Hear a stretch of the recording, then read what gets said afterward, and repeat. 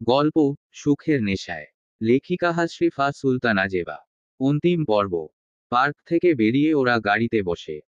ফাইয়াদ হাতে একটা কোক নিয়ে প্রিয়ন্তীর পাশে বসে পড়ল নির্বিকার ভঙ্গিতে।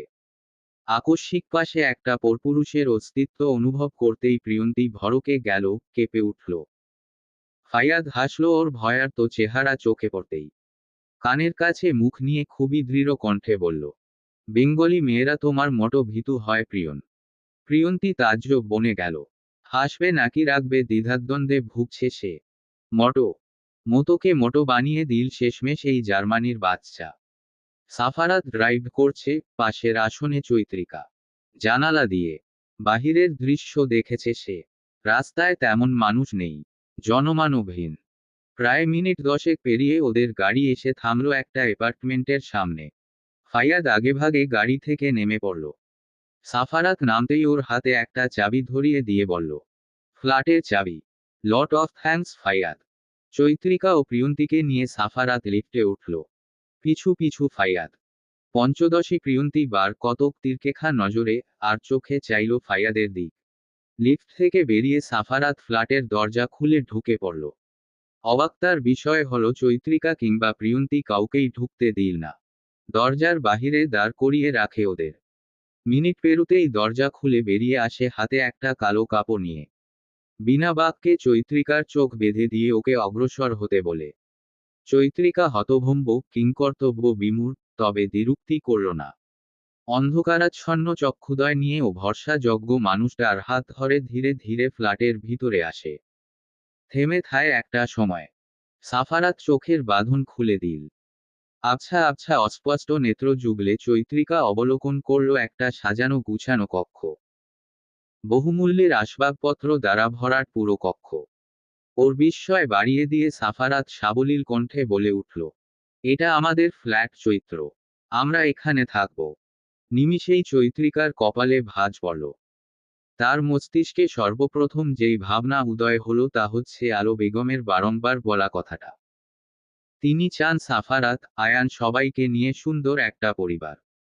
যেই মানুষটা মায়ের মতো আগলে রেখেছে, কয়েক মাস দেখতে না পেয়ে ছুটে গিয়েছে বাংলাদেশ, সাফারাত তার থেকেই দূরে থাকতে চাইছে। বিচ্ছিন্ন হওয়ার পথ খুঁজে ফেলেছে। চৈত্রিকার কণ্ঠনালী যেন তালাবদ্ধ হয়ে পড়ল। উন্মুক্ত হয়ে উচ্চারিত হলো না একটা শব্দ কিংবা বাক্য। বাকরুদ্ধ চৈত্রিকা মুগ্ধ লোচনে পুরো ফ্ল্যাটটা ঘুরে দেখল।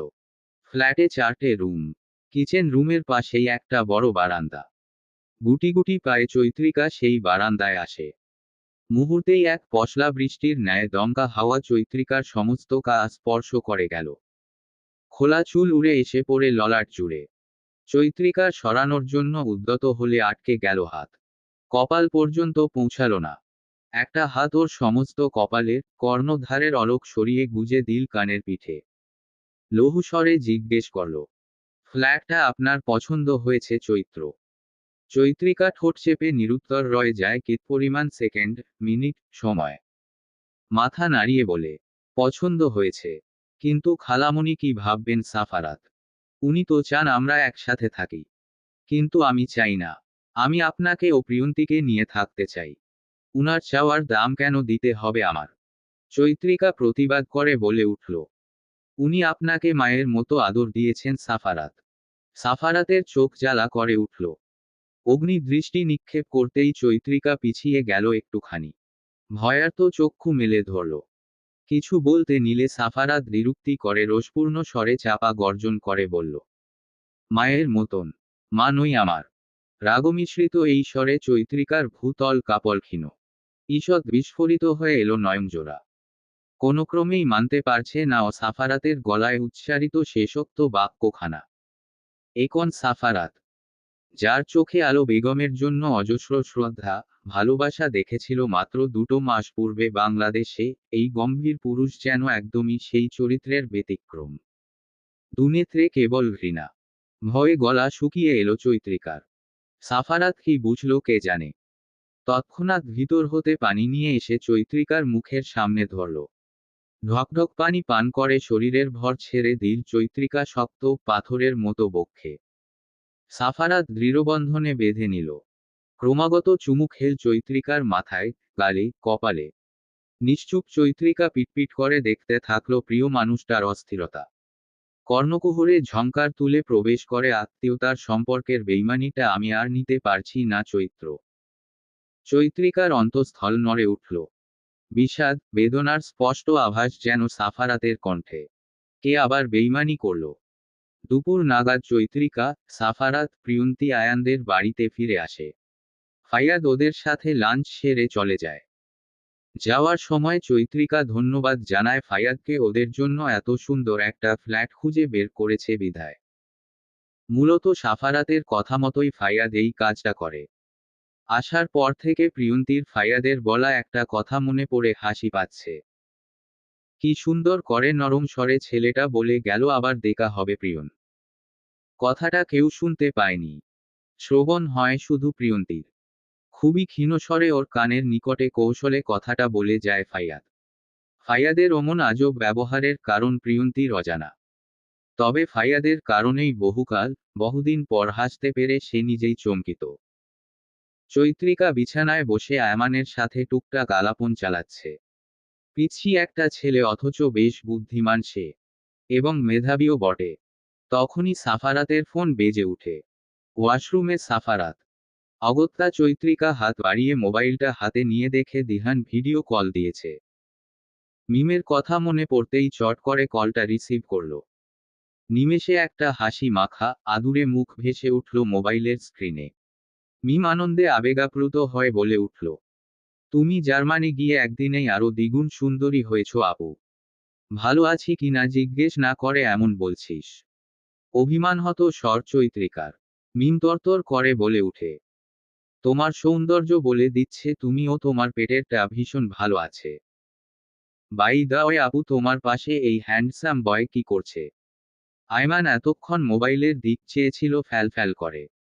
মিমের সাথে ওর বেশ সখ্যতা হয়েছে বাংলাদেশ থাকাকালীন। গম্ভীর স্বরে বলল, হাই হৃদিতা আন্টি। মিম ভ্রু কুঁচকালো। যেখানে সবাই ওকে মিম বলে ডাকে এই ছেলে ডাকে হৃদিতা। ওর পুরো নাম হৃদিতা আহি মিম। কিন্তু সবাই মিম ডেকেই অভ্যস্ত। কেমন আছো আয়মান? আমার ছেলের বউকে পাহারা দিচ্ছ? আয়মান অবুঝ মনে প্রশ্ন করে। আপনার ছেলের বউকে আন্টি? আপুর পেটে যে আছে ওই তো আমার ছেলের বউ। কিন্তু আপনার তো ছেলে নেই। আয়মানের চিন্তিত কণ্ঠস্বর শুনে মিম ঢের মজা পেল। বিস্তর হেসে বলল, এখন নেই। 1 বছর পর থাকবে। বউ 1 বছর সিনিয়র হলে কিচ্ছু হবে না। সুন্দরী হলেই চলবে। আয়মান বিছানা থেকে নেমে গেল সাথে সাথে। চৈত্রিকার পেটের দিকে এক পলক চেয়ে দরজার কাছে চলে যায়। চৈত্রিকা আয়মানের এমন কাণ্ড দেখে প্রশ্ন করে, কোথায় যাচ্ছ আয়মান? আয়মান স্থির দৃষ্টিপাত করে প্রত্যুত্তর করল, মাম্মার কাছে। মাম্মাকে বলবো আমাকে আজকেই একজন ফাইটার ম্যানের কাছে নিয়ে যেতে। উনার কাছে আমি ফাইট করা শিখব। সুখকে প্রোটেক্ট করতে হবে তাই। মিম, চৈত্রিকা দুজনের মুখ হা হয়ে গেল। আয়মান এতটুকু বয়সে একটা মেয়ের জন্য যে কিনা এখনো দুনিয়ায় আসেনি তার জন্য এত সিরিয়াস। এখন তো চৈত্রিকার ভয় হয় মেয়ে না হয়ে যদি ছেলে হয়ে যায়। এই ছেলের কি হবে? সর্বরী ধরনীর দুয়ারে এসে দাঁড়িয়েছে মাত্র। সাফারাত নেই রুমে। আয়ানের সাথে বাগানে বসে কথা বলছে। কথার ফাঁকে ফাঁকে হাসছে মৃদু।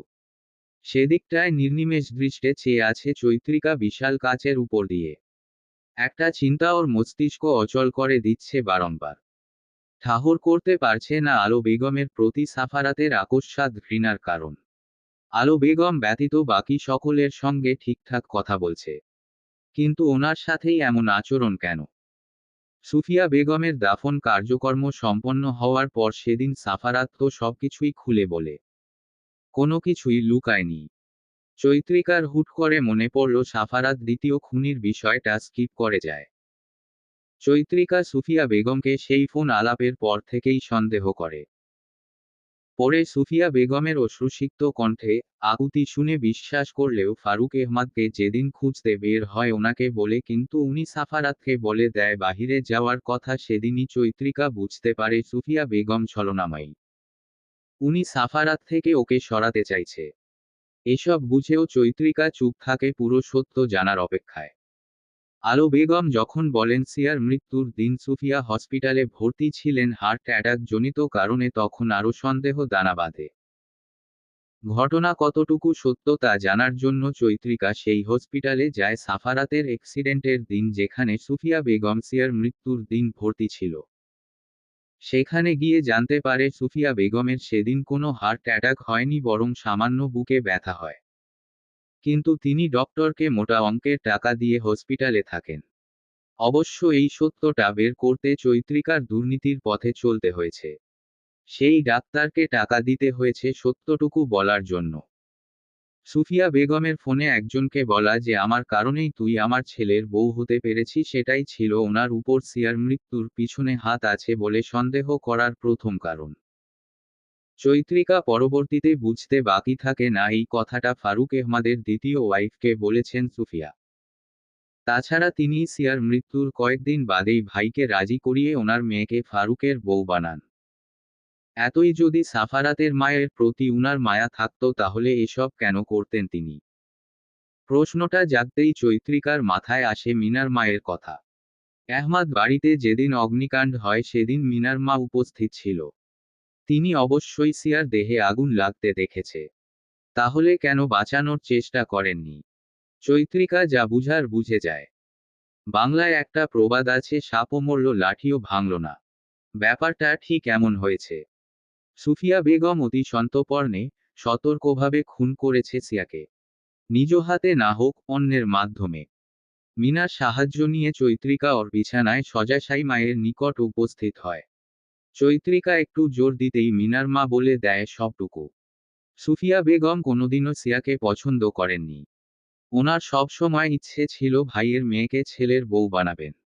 শুধুমাত্র টাকার জন্য উপর দিয়ে মায়া দেখাতেন তিনি। একদিন মিনার মাকে টাকার লোভ দেখিয়ে নিজের প্ল্যান কার্যকর করেন। সুফিয়া বেগম কোনোদিনও সিয়াকে পছন্দ করেননি। ওনার সবসময় ইচ্ছে ছিল ভাইয়ের মেয়েকে ছেলের বউ বানাবেন। শুধুমাত্র টাকার জন্য উপর দিয়ে মায়া দেখাতেন তিনি। একদিন মিনার মাকে টাকার লোভ দেখিয়ে নিজের প্ল্যান কার্যকর করেন। মিনার মা ছিলেন সুফিয়া বেগমের ডান হাত। সুফিয়া নিজের সকল জঘন্য কাজ মিনার মা দ্বারাই সম্পন্ন করতেন। এমনই একটা জঘন্য কাজের পরিকল্পনা করতে থাকেন তিনি বহুদিন, বেশ সময় নিয়ে। ছেলের পরকীয়া সম্পর্কিত বিষয়টা তিনি সিয়ার অবগত হওয়ার আগে থেকেই জানতেন। সিয়া যখন দ্বিতীয়বার গর্ভবতী হয়, তিনি আড়ালে ছেলেকে উস্কানি দিতেন, যেন সিয়ার উপর নির্মম অত্যাচার করে। এ সকল কুকর্মের সাক্ষী ছিল মিনার মা। প্রিয়ন্তীর বাবা মা প্রিয়ন্তী পৃথক যখন বিয়ের জন্য নানার বাড়িতে চলে যায়, সেই সুযোগ বুঝে সুফিয়া বেগম নিজের মুখ্য চাল চালেন। মিনার মাকে আদেশ করেন যেই করে হোক কৌশলে সিয়াকে মেরে ফেলতে হবে। আর এটাই সুযোগ। এতে কারো উপর কারো সন্দেহ হবে না। মিনার মা প্রথমে ভয় পেলেও সুফিয়া বেগমের দেওয়া টাকার লোভে পড়ে যায়। পরিকল্পনা মতে সুফিয়া বেগম মিথ্যে হার্ট অ্যাটাকের বাহানা ধরে হসপিটালের ভর্তি হয়ে যান। তখন সারা বাড়িতে সিয়া একা এবং মিনার মা। তার উপর অগাধ বিশ্বাস ছিল সিয়ার। সাফারাতের জার্মানি যাওয়ার পর সিয়ার আপন ও সবথেকে কাছের মানুষ ছিল ফারুক, সুফিয়া বেগম, মিনা। ফারুকের মুখোশ উন্মোচন হওয়ার পর থেকে সিয়া একদম ভেঙে পড়ে। খাবার পর্যন্ত নামতো না তার গলা দিয়ে। সারাক্ষণ একা একা বসে থাকত। সেই সময়টায় সুফিয়া বেগম ভালো মানুষ সাজার নাটক চালিয়ে যায়, সঙ্গে মিনার মা। কারো আত্মার মৃত্যু ঘটাতে হলে নিঃসন্দেহে প্রথমত তার কাছের মানুষ হতে হবে, তৎপরে পিছন হতে ছুরি গাঁথতে হবে। ঠিক এমনটাই করেছিলেন সুফিয়া বেগম ও মিনার মা। সময়টা ছিল মধ্যাহ্ন। সিয়া তখন বেকুনিতে বসে। সুফিয়া বেগমকে সকালে একবার দেখে হসপিটাল থেকে বাড়ি ফিরেছে। প্রেগন্যান্ট অবস্থা, মানসিক অসুস্থতা মিলিয়ে নিজের অসুস্থ হবার জোগাড়। তাই হসপিটালে অবস্থান সম্ভব হয়নি সিয়ার। কোনোমতে গোসল সেরে বেকুনিতে পাতানো মোড়ায় বসতেই মিনার মার আগমন ঘটে। দুপুরের খাবার নিয়ে এসেছেন তিনি একটা থালায়। প্রায় সময় তিনি এটা করে থাকেন। বলা বাহুল্য মিনার মা বয়সে সিয়ার থেকে বড়। মিনা ওনার একমাত্র সন্তান নই, আরও বড় বড় তিনটে ছেলে আছেন ওনার। কিন্তু তিনজনই ওনাকে ফেলে আলাদা, বিচ্ছিন্নভাবে নিজেদের সংসার গড়েছেন। কখনো মা নামক মানুষটার দিকে ঘাড় ফিরিয়ে তাকায়নি, আর না ভুলেও একটা বার স্নেহের হাত বুলিয়েছে ছোট বোনটার মাথায়। খাবারের প্লেটটা সিয়ার সামনের টেবিলে রেখে খেয়ে নিতে বলেন তিনি। সিয়া বিনিময়ে ম্লান হাসে। কি নজরকাড়া ছিল সেই হাসিটুকু! মাঝে মাঝে মিনার মা অবাক হয়ে দেখত সিয়াকে। এত সুন্দর হয় কোনো নারী! সাফারাত যেন মায়ের অর্ধ সৌন্দর্য পেয়েছে। উনি প্লেট রেখে ভিতরে এসে লুকিয়ে থাকেন দরজার আড়ালে। খাবার খাওয়ার কয়েক মিনিট পর পরই সিয়া মেঝেতে ঢলে পড়েন। ঘুমের ওষুধ মেশানো হয়েছিল সুফিয়া বেগমের আদেশক্রমে।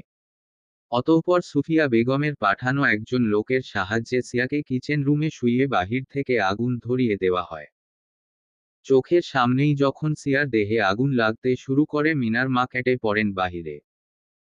মিনিট কয়েক বাদে চিল্লিয়ে দারোয়ানকে বলতে শুরু করেন রান্নাঘরে আগুন লেগেছে, সিয়া রান্না করে। দারোয়ান যতক্ষণে পৌঁছান সিয়ার দেহ অর্ধেক জ্বলে যায়। যন্ত্রণায় ছটফট করছিল সিয়া। ছটফট করতে করতে হসপিটালে নেওয়ার পথে তার মৃত্যু ঘটে। একটা মানুষ অগ্নিদাহে শেষ নিঃশ্বাস বিমোচন করে দেয়, অথচ সে জানতেই পারেনি তার মনপাজরে থাকা মানুষগুলোই তার এবং তার সন্তানের নির্মম মৃত্যুর কারণ, খুনি। মিনার মার কাছ থেকে এতটুকু জেনে ঠিক কতক সময় স্থবির, নিস্তব্ধ ছিল চৈত্রিকা ওর সঠিক জানা নেই, তবে ইচ্ছে করছিল গলা টিপে সেই নিকৃষ্ট মহিলাকে মেরে ফেলতে। কাউকে খুন করার মতন অপরাধও করতে পারবে না বলে সাথে সাথে বস্তি থেকে বেরিয়ে আসে। পিছু পিছু দৌড়ে আসে ক্রন্দনরত ছোট্ট মিনা। সেদিন থেকে মিনা ওর মায়ের দিকে ফিরেও তাকায়নি। অতটুকু বয়সে তীব্র এক ঘৃণা জন্মে তার মায়ের প্রতি। অবহেলায়, অসুস্থতায় বিছানায় শয্যাশায়ী মিনার মায়ের মৃত্যু হয় ঠিক তার পরের দিন। সাফারাতের অ্যাক্সিডেন্টের পরের দিন সকালে সুফিয়া বেগম দ্বিতীয়বার হার্ট অ্যাটাক করেন এবং অসুস্থ হয়ে পড়েন। হসপিটালে থাকা অবস্থায় স্ট্রোক করেন তিনি। অতঃপর প্যারালাইজ। কথা বলতে পারতেন না মুখ বেঁকিয়ে যাওয়ার ফলস্বরূপ। মাঝে মাঝে বলতেন কিন্তু তাও শুনতে হতো মানুষকে ওনার মুখের কাছে কর্ণ পেতে। বয়স্ক, চামড়া ঝুলে পড়া দেহখানায় পচনও ধরে। বিশ্রী, উদ্ভট গন্ধে ওনার রুমে পর্যন্ত যাওয়া দুঃসাধ্য হয়ে দাঁড়ায়। কারো অঙ্গ আগুনে পুড়িয়ে দেওয়ার কারণেই হয়তো জঘন্যভাবে দিনের পর দিন পচে পচে মরেছে সুফিয়া বেগম। সুফিয়া বেগমের লাশ বাড়ি থেকে নিয়ে যাওয়ার পর চৈত্রিকা বিছানার উপর সাফারাতের এলোমেলো হয়ে পড়ে থাকা ওষুধগুলো গুছিয়ে রাখতে গিয়ে একটা ইঞ্জেকশনের সিরিঞ্জ ও ওষুধের বোতল পায়। ভ্রুযুগল কিঞ্চিত কুঁচকে যায় চৈত্রিকার। সাফারাতের এমন কোনো ওষুধ তো দেয়নি ডাক্তার। তাহলে এটা এখানে এলো কি করে? নাকি দিয়েছে? সাফারাত যা গম্ভীর স্বভাবের কিছুই তো বলে না। চৈত্রিকা ডক্টর আদিকে কল দেয়। সাদা বোতলের গায়ে লেখা নামটা বলতেই আদি কিছুক্ষণ থেমে থেকে বলে এটা এক ধরনের বিষ, যা কোনো ডায়াবেটিস আক্রান্ত রোগীর দেহে গেলে শরীরে শীঘ্রই পচন ধরবে। তৎক্ষণাৎ চৈত্রিকার মাথায় আসে সুফিয়া বেগমের কথা। ওনার ডায়াবেটিস ছিল। অল্প কয়েকদিনেই পচন ধরে ওনার সারা শরীরে হুট করে। নিমিষেই চৈত্রিকার মস্তিষ্ক সচল হয়ে যায়। ঝাঁকুনি দিয়ে উঠে প্রত্যেকটা অঙ্গ প্রত্যঙ্গ। সমস্ত কা অসারতা লাভ করে। আদি অপর পাশ হতে অনবরত হ্যালো বলতে থাকে, কিন্তু তা আর চৈত্রিকার কর্ণধার হয় না। সুফিয়া বেগমের হঠাৎ এমন পরিণতি সাফারাত করেছে। কিন্তু কেন? সাফারাত জানে সুফিয়া বেগম ওর মায়ের খুনি। চৈত্রিকা ফোনটা কেটে দিয়ে হাতে সিরিঞ্জটা নিয়ে অপেক্ষায় থাকে সাফারাতের আশায়। সেদিন দাফন কার্যকর্ম সম্পন্ন হওয়ার পর সাফারাত জানায় সুফিয়া বেগম ওর মায়ের খুনি, সেটা সে জানতে পারে পৃথকের মাধ্যমে। অ্যাক্সিডেন্টের ঠিক দুদিন আগে পৃথকের সাথে জেলে দেখা করতে যায় সে। তখন পৃথকই জানায় সবটা। প্রথমত সাফারাত পৃথকের কথা বিশ্বাস করেনি। কিন্তু পৃথক তাকে বাড়িতে গিয়ে ওর রেখে আসা মোবাইলটা চেক করতে বলে, যেখানে সুফিয়া বেগম ও মিনার মার কথোপকথন সুযোগ বুঝে রেকর্ড করে ফেলে সে। ভিডিওটা প্রায় 1 বছর আগের। তখনও মিনার মা এ বাড়িতে কাজ করতেন। সেখানে স্পষ্ট সুফিয়া বেগম বলছিলেন সিয়াকে আগুনে পুড়িয়েও লাভ হলো না, সাফারাতের জন্য ছেলেটাকে বাড়িতে আনতে পারি না। জার্মানি থেকে ওর করা নিষেধাজ্ঞা ফারুক যেন এ বাড়িতে ঢুকতে না পারে। নিজের রক্ত বলে ছেলেটাকে কিছু করতে বিবেকে বাধে। এই ভিডিওটা করে পৃথক দাদির থেকে টাকা লুটেছে ঢের। সুফিয়া এক প্রকার ভয় থাকতেন পৃথকের জন্য। ওর জেলে পড়ায় সব থেকে অধিক খুশি তিনি হয়েছিলেন। জেলে বসেও ভিডিওটা কাজে লাগে পৃথ্বীর। সাফারাতের অভ্যন্তর ক্ষতবিক্ষত, রক্তাক্ত করতে পেরেছে, এটাই যেন প্রতিশোধের চেয়ে কম নয়। এতটুকু শুনে চৈত্রিকা থম মেরে যায়। এত বড় সত্যটা সাফারাত জানে, অথচ একটাবারও নিজের কষ্টটা কারো সামনে আসতে দেয়নি। নিজের মায়ের এত ভয়ঙ্কর মৃত্যু, আপনজনের ধোঁকা, কতটা নীরবে সয়ে যায় মানুষটা। শেষ পর্যন্ত এই মানুষটাকে পৃথকও ছাড় দিল না, সুযোগ বুঝে আঘাত করল। হসপিটালে থাকাকালীন দিহানের মাধ্যমে সুফিয়া বেগমের শরীরে একজন নার্সকে দিয়ে এই বিষাক্ত মেডিসিনটা প্রবেশ করায় সাফারাত। তার লক্ষ্য সুফিয়া বেগমকে পুরোপুরি মারার উদ্দেশ্য ছিল না, বরং শরীরের যন্ত্রণা কতটা কষ্ট দেয় তাই সুফিয়া বেগমকে উপলব্ধি করাতে চেয়েছে। সাফারাত এতটুকু অবধি বলে একটাই প্রশ্ন করে, আপনি কি আমাকে খুনি ভাবেন চৈত্র? চৈত্রিকা প্রশ্নের জবাব দেয়নি, উল্টো তার প্রাণপুরুষের বুকে মাথা রেখে বলে, আপনি অনেক স্ট্রং সাফারাত, প্রচণ্ড। কাচের দেয়ালের কাছ হতে সরে বিছানায় বসে পড়ল চৈত্রিকা। দীর্ঘ একটা নিঃশ্বাস বেরিয়ে আসে বুক চিরে। সেদিন সাফারাত এতটুকুই বলে। চৈত্রিকা আগ বাড়িয়ে দ্বিতীয় খুনির কথা জিজ্ঞেস করেনি। তার মন বলছে সাফারাত নিজ থেকে সেই মানুষটার নাম বলবে। কি দরকার বারংবার জিজ্ঞেস করে মানুষটাকে এলোমেলো করে দেওয়ার? সামান্য বাবার অবহেলা সহ্য হয়নি কখনো, কিন্তু সাফারাত কি করে পারছে এই লোক এত বেইমানি সহ্য করতে? কষ্ট মানুষকে ভেঙে নতুন করে গড়ে কি? নয়তো একটা মানুষ এত গম্ভীর, কঠোর কেমন করে হয়? চৈত্রিকা গুটি গুটি পায়ে সিঁড়ি বেয়ে নিচে নেমে এলো। সিনথিয়ার হাতে একটা বড় ঝুড়ি। ঝুড়িতে বড় বড় চিপসের প্যাকেট, কোল্ড ড্রিঙ্কস আরও কত কি। চৈত্রিকাকে দেখে দ্রুত গতিতে বলে উঠল, তোকেই ডাকতে যেতাম এখন চৈত্র। ভালো হয়েছে আর সিঁড়ি ভেঙে যেতে হলো না। চল, সবাই বাগানে অপেক্ষা করছে। চৈত্রিকা কপাল কুঁচকে তাকালো। সিনথিয়া বাদে ঘরের মধ্যে কাউকেই দেখতে পেল না। ক্ষীণ স্বরে প্রশ্ন করল, বাগানে কেন? আজ আমাদের প্রতিবেশী আন্টি তিয়ানা ও ওনার ফ্যামিলি মেম্বারদের সাথে ছোটখাটো একটা গেট টুগেদার আছে। প্রতি বছরই করি আমরা। সাধারণত শীতকালে আমরা একসাথে পার্টি করি, কিন্তু তোদের আসার উপলক্ষে তিয়ানা আন্টি ও আম্মু এখনই করতে চাইছে। চৈত্রিকা ভাবুক হয়ে বলল, সব সময় শীতকালেই কেন? জার্মানিতে শীতকাল ভারী তুষারপাত হয়। বাহিরে তখন উৎসব উৎসব আমেজ থাকে। দেখলেই প্রশান্তিতে ছেয়ে যায় মন। কেবল আমরা না, সকল জার্মান অধিবাসীরা আনন্দ করে অনেক। আমি তো প্রথমত দেখে পুরো পাগল হয়ে গিয়েছিলাম। এত সুন্দর সব কিছু। তুই যখন একেবারে পার্মানেন্ট জার্মানিতে থাকবি তখন অনেক মজা হবে। চৈত্রিকা সিনথিয়ার মুখের হাসি হাসি ভাব দেখে অধর ছড়িয়ে হাসে। প্রিয়ন্তীর কথা জিজ্ঞেস করতেই সিনথিয়া জানায় সবাই বাহিরে। দরজা পর্যন্ত আসতেই পা জোড়া মেঝেতে আটকে গেল উভয়। সাফারাত দরজার অভিমুখে দাঁড়িয়ে। নির্নিমেষ দৃষ্টি তার চৈত্রিকার মুখশ্রী পানে। বিশাল দরজা। আরও দুজন একটা মানুষকে কাটিয়ে যেতে পারবে অনায়াসে। সিনথিয়া বোকা বোকা চাহনি নিক্ষেপ করল। তড়িৎ গতিতে বেরিয়ে গেল সে। সাফারাত 2 পা এগিয়ে আসতেই 3 পা পিছিয়ে গেল চৈত্রিকা। কণ্ঠে একরাশ বিস্ময় ঢেলে জিজ্ঞেস করল, কি হয়েছে সাফারাত? আমার মন, হৃদযন্ত্র ঠান্ডায় জমে অচল হয়ে যাচ্ছিল চৈত্র আপনাকে দেখতে না পেয়ে। চৈত্র মাসের তাপ বড্ড প্রয়োজন, তাই ছুটে আসা।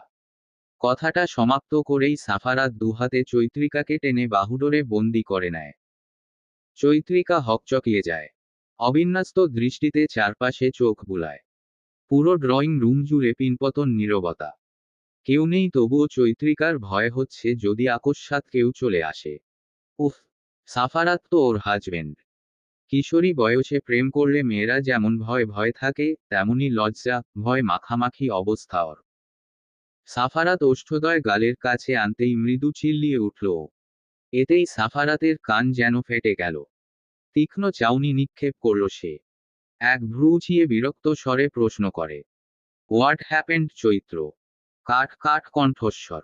বিরক্তির সঙ্গে রাগ মিশ্রিত। চৈত্রিকা রসপূর্ণ দুচক্ষে বিচলিত দৃষ্টিতে চেয়ে প্রত্যুত্তর করল, কেউ দেখে ফেলবে। সাফারাত আগ্রহ নিয়ে চেয়ে বলল, আপনি কি আমার প্রেমিকা? চৈত্রিকা নেত্রদয় নিচু করে আওড়াল, বউ। তাহলে আপনাকে আদর করার লাইসেন্স আছে আমার। No tension. একটা চুমুই দিব, কেউ দেখবে না।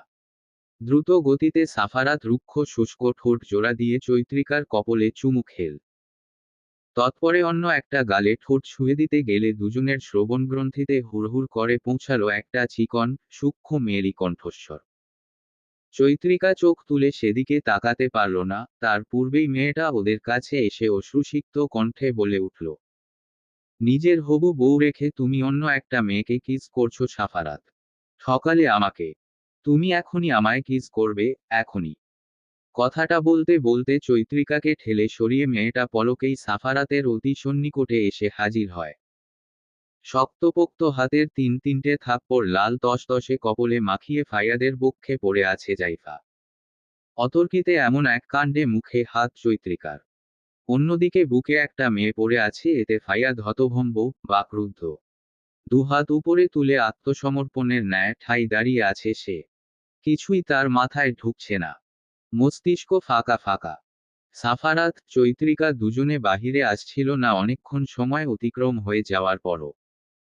তাই ফাইয়াদ ডাকতে আসে, ঠিক সেই মুহূর্তে তুলোর মতো উড়ে এসে ওর বুকে হামলে পড়ে লাল চুলের, সাদা চামড়ার এক মেয়ে। চৈত্রিকা ভয়ে জড়সড় হয়ে দাঁড়িয়ে আছে। সাফারাতের কপালের শিরা উপশিরা ভেসে উঠেছে। ডান হাত মুষ্টিবদ্ধ। মেয়েটা তখন ওকে ঠেলে সাফারাতের সম্মুখে আসতেই জাইফা নামে চাপা গর্জন করে উঠে সাফারাত। সঙ্গে সঙ্গে চৈত্রিকার সমস্ত দেহ কেঁপে উঠে, ভীতসন্ত্রস্ত হয়ে মেয়েটার দিকে চাইতেন পলকেই সপাটে চর বসিয়ে দেয় সাফারাত। চৈত্রিকা জাইফাকে ধরতে যাবে তার পূর্বেই মেয়েটা ফাইয়াদের বুকে ঠাঁই পায়। ফাইয়াদের চলাচল আয়ান ও সাফারাতের সঙ্গে হওয়ার সুবাদে ছোট খাটো গেট টুগেদারে তাকেও সামিল করা হয়। ফাইয়াদ গিয়ে কি হাওয়া হয়ে গেল। সিনথিয়া উঠতে নিলে প্রিয়ন্তী চেয়ার ছেড়ে দাঁড়িয়ে বলল, আমি যাচ্ছি ভাবি, আপনি এখানে থাকুন। এটা বলে প্রিয়ন্তী দরজার কাছে আসতেই ওর চক্ষু চরক গাছ। অন্তঃস্থল কেমন যেন নড়ে উঠল। মনে এক সেকেন্ডের ঝড় বয়ে গেল। দীর্ঘ হলো না। তবে ঝড়ের বেশ বেগ ছিল, হৃৎপিণ্ড কেমন নাড়িয়ে দিয়ে গেল। ফাইয়াদের বুকে জাইফা। কিন্তু কেন? ফাইয়াদ জাইফাকে কেন বুকে নিল? নানা প্রশ্নে অভ্যন্তর হাঁস-ফাঁস করতে আরম্ভ হয় প্রিয়ন্তীর। আকস্মিক লোহার মতন ভারী হয়ে যাওয়া পা দুটো টেনে টেনে ওদের কাছে এসে দাঁড়ালো। দেখল, জাইফা অতীব স্বাচ্ছন্দ্যে নাক টেনে টেনে বন্যা বইয়ে দিচ্ছে ফাইয়াদের বুকে। অপরদিকে ফাইয়াদ নির্বিকার। মাথা উঁচিয়ে দেখতে চাইল প্রিয়ন্তী ফাইয়াদের মুখে বিরক্তি আছে কিনা। না, নেই, আছে কেবল অবিশ্বাস্য ভাব। প্রিয়ন্তী ঝটপট নজর সরিয়ে আনল। জাইফার এত নিশ্চিন্তে অশ্রুপাত, ফাইয়াদের কোনো প্রকার অভিব্যক্তি না করায় প্রিয়ন্তীর মন বলছে এরা পূর্ব পরিচিত ও দুজন হয়তো প্রেমিক প্রেমিকা। কিন্তু সাফারাত ও চৈত্রিকার সামনে এভাবে আলিঙ্গন। প্রিয়ন্তী লজ্জা অনুভব করল। হতে পারে এদের দেশে এসব চলে, কিন্তু ওরা তো ভিন্ন দেশের। একটুও চোখ সরম-ভ্রম নেই। যে দেশে প্রকাশ্যে ওষ্ঠাধরের মিলন হয়, তাতে আলিঙ্গন তো খুবই তুচ্ছ এক বিষয়। প্রিয়ন্তীর মনে ফাইয়াদের জন্য যে ভালো লাগার জায়গাটা তৈরি হয়েছিল তা নিমেষে খণ্ড দ্বিখণ্ডিত হয়ে গেল। গলা ধরে আসছে, কণ্ঠনালীতে শব্দমালা আটকে যাচ্ছে, তবুও ঢোক গিলে সাফারাতকে ডাকল। ভাই। বাহিরে সবাই ডাকছে। মেয়েটার কথার সুর ঝংকার তুলে ফাইয়াদের কর্ণকুহর হল। কোকিলের মতো বেজে উঠল যেন। মুহূর্তেই জাইফাকে বুক থেকে এক প্রকার ছিটকে ফেলে দিল। জাইফা এতক্ষণে সম্বিত ফিরে পায়। থাপ্পড় খেয়ে সমস্ত দেহ অসাড়তা লাভ করেছিল। থরথর করে কাঁপছিল মেয়েটা। সাফারাত বিরক্তিসূচক কণ্ঠে বলে উঠল, তোরা যা, আমি চৈত্রকে নিয়ে আসছি। আর সাথে এই উন্মাদ মেয়েটাকে নিয়ে যাবি। আমার চোখের সামনে যেন না পড়ে। বিবাহিত পুরুষের গায়ে লেপ্টে পড়ে। আমি এক বাচ্চার বাপ হতে যাচ্ছি, এবার পিছু ছাড়বন। শেষের কথাগুলো শুনে চক্ষুদয় পিটপিট করে তাকালো জাইফা। এক তো পৌত্রে ভীষণ আহত সে, তার উপর সাফারাতের রাগমিশ্রিত বাংলা শব্দাংশ, বাক্য। সে বাংলা পারে কিন্তু ঠিকঠাক নয়। সাফারাত এক বাচ্চার বাপ হতে যাচ্ছে শুনেই হুড়মুড়িয়ে দৌড়ে বেরিয়ে গেল জাইফা। সেদিকে চেয়ে চৈত্রিকা সূক্ষ্ম নিঃশ্বাস ছাড়ল। সাফারাত এভাবে জাইফাকে আঘাত করবে ঘুণাক্ষরেও কল্পনা করেনিও। এত ক্রোধ, যে এই লোকটার। আর মেয়েটাও বাচ্চামো স্বভাবের। জাইফা নামটা সাফারাতের মুখে শুনেই চৈত্রিকার চট করে মনে পড়ে যায় বাংলাদেশে থাকাকালীন আলো বলেছিলেন জাইফা নামের একটা মেয়ের সাথে উনি সাফারাতের বিয়ের কথা পাকা করে ফেলেছিলেন, কিন্তু সাফারাত রাজি হয়নি। চৈত্রিকা মনে মনে বলল, এই মেয়েই তাহলে জাইফা যে সারাক্ষণ সাফারাতের কাজ ঘেঁষতে চাইতো। ভাবি ভাইকে একান্তে ছেড়ে প্রিয়ন্তী বেরিয়ে আসে। এখানে কি হয়েছে কিছুই ওর বোধগম্য হচ্ছে না, কিন্তু মনটা অতিশয় বেইমানি শুরু করেছে ওর সঙ্গে। বারংবার চোখে ভাসছে ফাইয়াদের বুকে জাইফার অবস্থানের দৃশ্যখানা। জাইফা আয়ানদের পাশের বাসার প্রতিবেশী, মিসেস তিয়ানার একমাত্র কন্যা। বাগানের দিকটায় যেতে নিলে বিচলিত একটা স্বর ডেকে উঠল ওকে প্রিয়ন। পা জোড়া থেমে গেল, ঘাড় বাঁকিয়ে দেখল ফাইয়াদকে। ফাইয়াদ তড়িৎ বেগে উপস্থিত হলো ওর সম্মুখে। জিজ্ঞেস করল, ওই মেয়েটাকে তুমি চিনো? আমার বুকে পড়েছিল। প্রিয়ন্তীর ভ্রুযুগল কপাল ছুঁয়ে দিল তৎক্ষণাৎ। রুক্ষ কণ্ঠে, গলায় তেজ ঢেলে বলে উঠল, আপনার গার্লফ্রেন্ডকে আপনি চিনেন না? জার্মানির বাদশা ন্যাকামি তো ভালোই পারেন। মিথ্যুক একটা। আরেকবার প্রিয়ন ডাকলে শরীরের ছাল তুলে ফেলব। ছোট হতে পারি, বেক কল না। কথাগুলো বলের আগে ফোঁস ফোঁস করতে করতে প্রিয়ন্তী হনহনিয়ে ত্যাগ করল স্থান। ফাইয়াদ আহাম্মকের মতো চাইল চক্ষু কোটর ছেড়ে বেরিয়ে আসবার উপক্রম। প্রিয়ন্তী এত দ্রুত বাংলা বলেছে ছেলেটার মাথায় কিছুই ধরেনি। বিড়বিড় করতে থাকে, ইস, প্রিয়ন কি বলে গেল। মোবাইলে রেকর্ড করে রাখলে তো পরে আস্তে আস্তে শুনে বুঝতে পারতাম। সাফারাত মাথার কয়েক গাছি চুল টেনে নিজেকে ধাতস্থ করে নেয়। রাগ জিনিসটা নিজের উপর চৌড়া হতে দেয় না সহজে। যথেষ্ট চেষ্টা করে সংবরণের। জাইফার কুরুচিপূর্ণ আচরণের ক্ষেত্রে পারল না। মেয়েটা আগে থেকেই উড়নচণ্ডী দশার। বছরে কয়েকবার বিভিন্ন দেশে ঘুরে বেড়ানো তার স্বভাব। সাথে অভিনব, নতুন বিয়ে তো আছেই। এ ধরনের মেয়ে একদমই পছন্দ না তার। দেখলেই মস্তিষ্কে রক্ত চাপে, খুন করার নেশা জাগ্রত হয়। চৈত্রিকাকে পা থেকে মাথা অবধি দেখে নিয়ে সোজাসাপটা প্রশ্ন করল, ঠিক আছেন আপনি চৈত্র? জি। চলুন তাহলে। কেউ চেয়ারে, কেউ ঘাসের উপর, আবার কেউ কেউ দোলনায় বসে আছে। বাগানের একপাশে পাতানো বেঞ্চে খালুর পাশাপাশি একটা অপরিচিত বয়স্ক লোককে দেখতে পেল চৈত্রিকা। আলো বেগমের পাশাপাশিও একটা অপরিচিত মহিলা বসে খুশ গল্প করছেন। আলো চৈত্রিকাকে সাফারাতের পাশে দেখতে পেয়ে এক গাল হাসি হাসলেন। বিদেশি মহিলাটার দিকে চেয়ে ইংরেজি ভাষায় বলে উঠলেন, look Tiana, she is Chaitra, সাফারাতের ওয়াইফ। তোমাকে ওর কথাই বলেছিলাম। মিসেস তিয়ানা হাস্যোজ্জ্বল মুখে তাকালেন। চোখ দুটো বেশ টানা টানা। পুরো চেহারা জুড়ে যেন আলোর ছটা। অতীব সুন্দর নারী। চৈত্রিকার অনেক পছন্দ হলো ওনার মণিমুগ্ধকর হাসিটুকু। অতঃপর শুনতে পেল ওনার সাবলীল কণ্ঠস্বর, how are you cute girl, you are so pretty.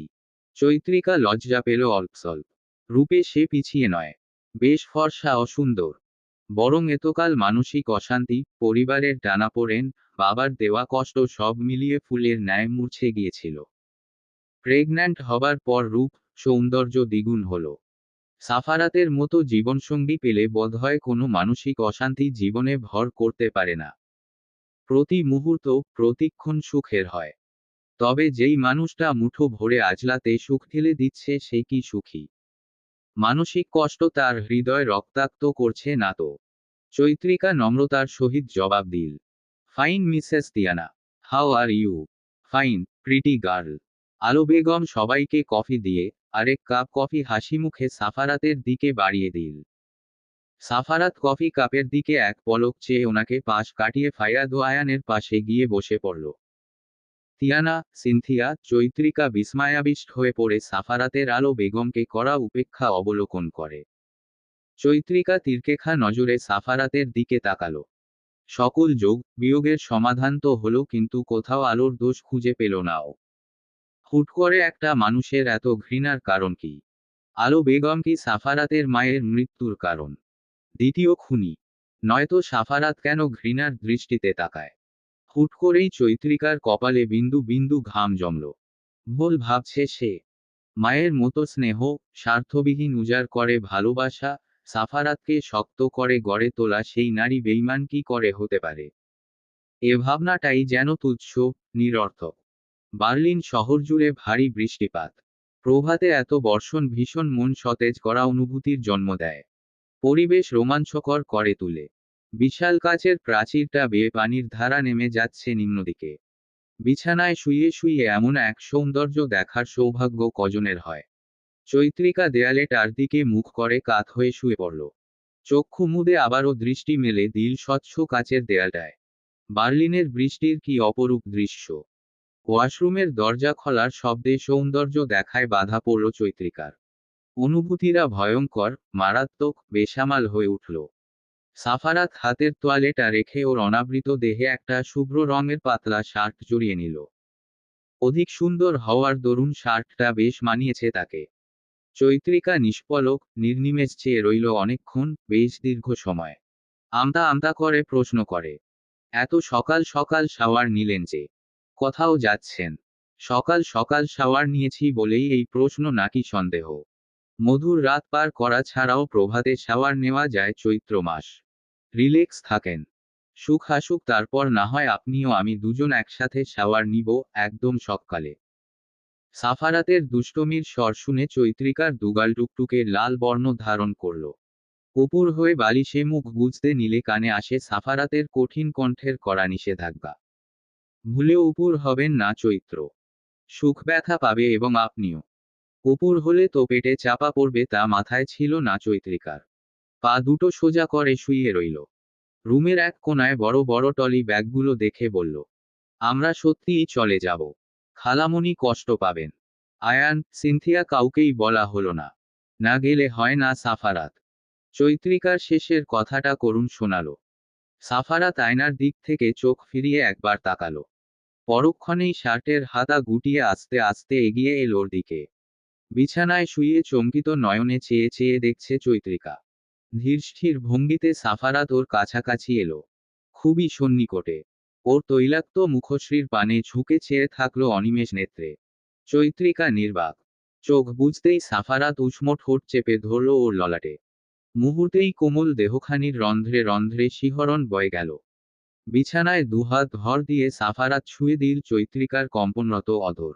সাথে সাথে সরে এলো না, বরঞ্চ মিনিটখানেক ব্যয় করে দীর্ঘ এক চুম্বনে লিপ্ত হয়। চৈত্রিকার শ্বাস ক্রমাগত ভারী হয়ে আসে। সাফারাত তুখোর দৃষ্টিতে পর্যবেক্ষণ করে ওর শ্বাস প্রশ্বাস নেওয়ার অবস্থা। বুকের উঠানামা, ঢেউ খেলানো। গালে এক হাত রেখে স্থির করল ওকে। ডাকল, চৈত্র মাস। চৈত্রিকার মুহূর্তেই সারাহু। সাফারাত আদুরে গলায় বলে উঠল, আমি একটা সুন্দর, সুস্থ, সুখের জীবন চাই চৈত্র। সকল বেঈমানদের থেকে দূরে গিয়ে আপনাকে, সুখকে নিয়ে, প্রিয়ন্তীকে নিয়ে সুখের সংসার চাই। প্লিজ আমাকে বাধা দিবেন না।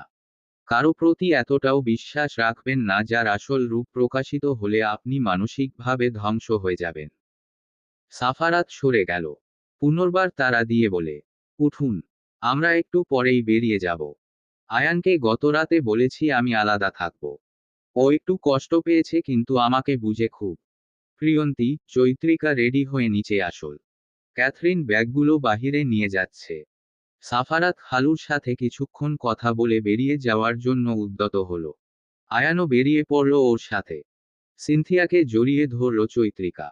আয়মানের কথা জিজ্ঞেস করতেই ও জানায় যদি আয়মান জানে ওরা অন্য জায়গায় চলে যাচ্ছে, এখানে থাকবে না, তাহলে তুলকালাম বাঁধিয়ে দিবে ছেলেটা।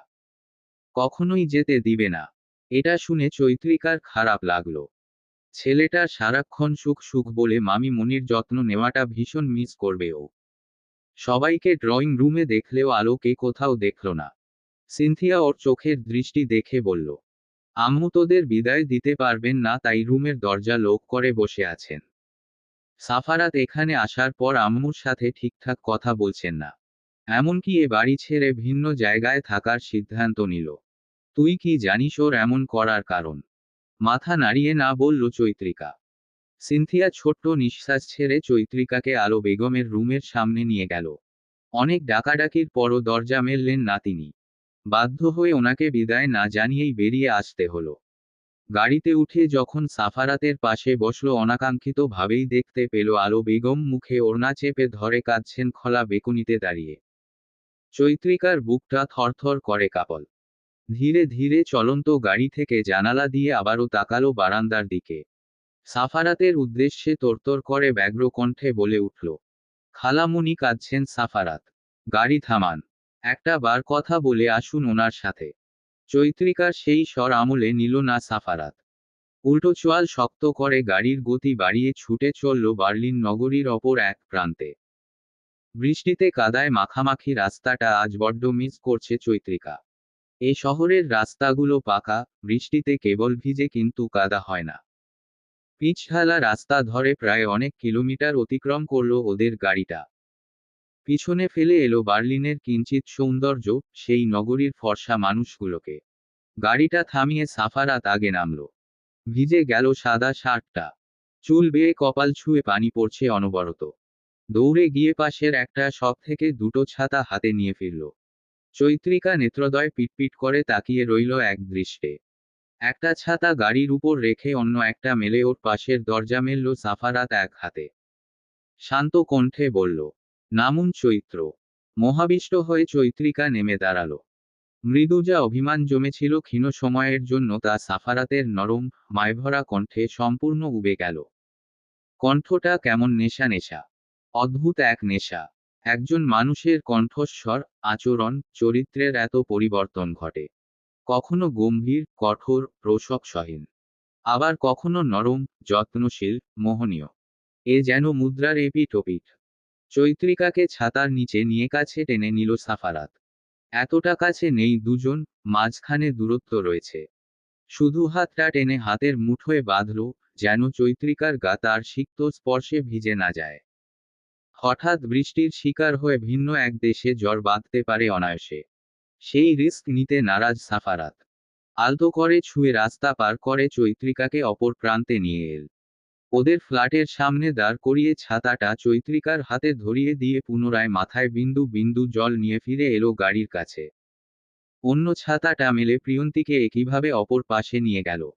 চৈত্রিকার হাতে ফ্ল্যাটের চাবিটা ধরিয়ে দিয়ে লঘুস্বরে বলল, আপনারা দুজন উপরে চলে যান। গিয়ে অবশ্যই ড্রেস পরিবর্তন করে নিবেন, ভিজে গেছেন।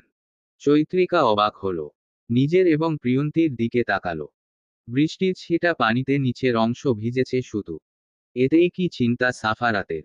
অথচ নিজে কাকভেজা হয়ে আছে, তাতে মাথা ব্যথা নেই। চৈত্রিকা মিনমিনিয়ে প্রশ্ন করল, আপনি যাবেন না? না, কিছু জরুরি জিনিস কিনতে হবে রান্নার জন্য। হুট করে এলাম। বেশি কিছু নেই বাসায়। আপনারা গিয়ে ফ্রেশ হন। পাশেই গ্রোসারি সুপার শপ। আসা যাওয়ায় ৩৫ মিনিট ব্যয় হবে। আচ্ছা। চৈত্রিকা নিজের মাথার উপরের ছাতাটা সাফারাতের মাথার উপর ধরে টুপ করে প্রিয়ন্তীর ছাতার নিচে ঢুকে পড়ল। বেশ আহ্লাদী কণ্ঠে বলল, আর ভিজবেন না। অসুস্থ হয়ে পড়বেন।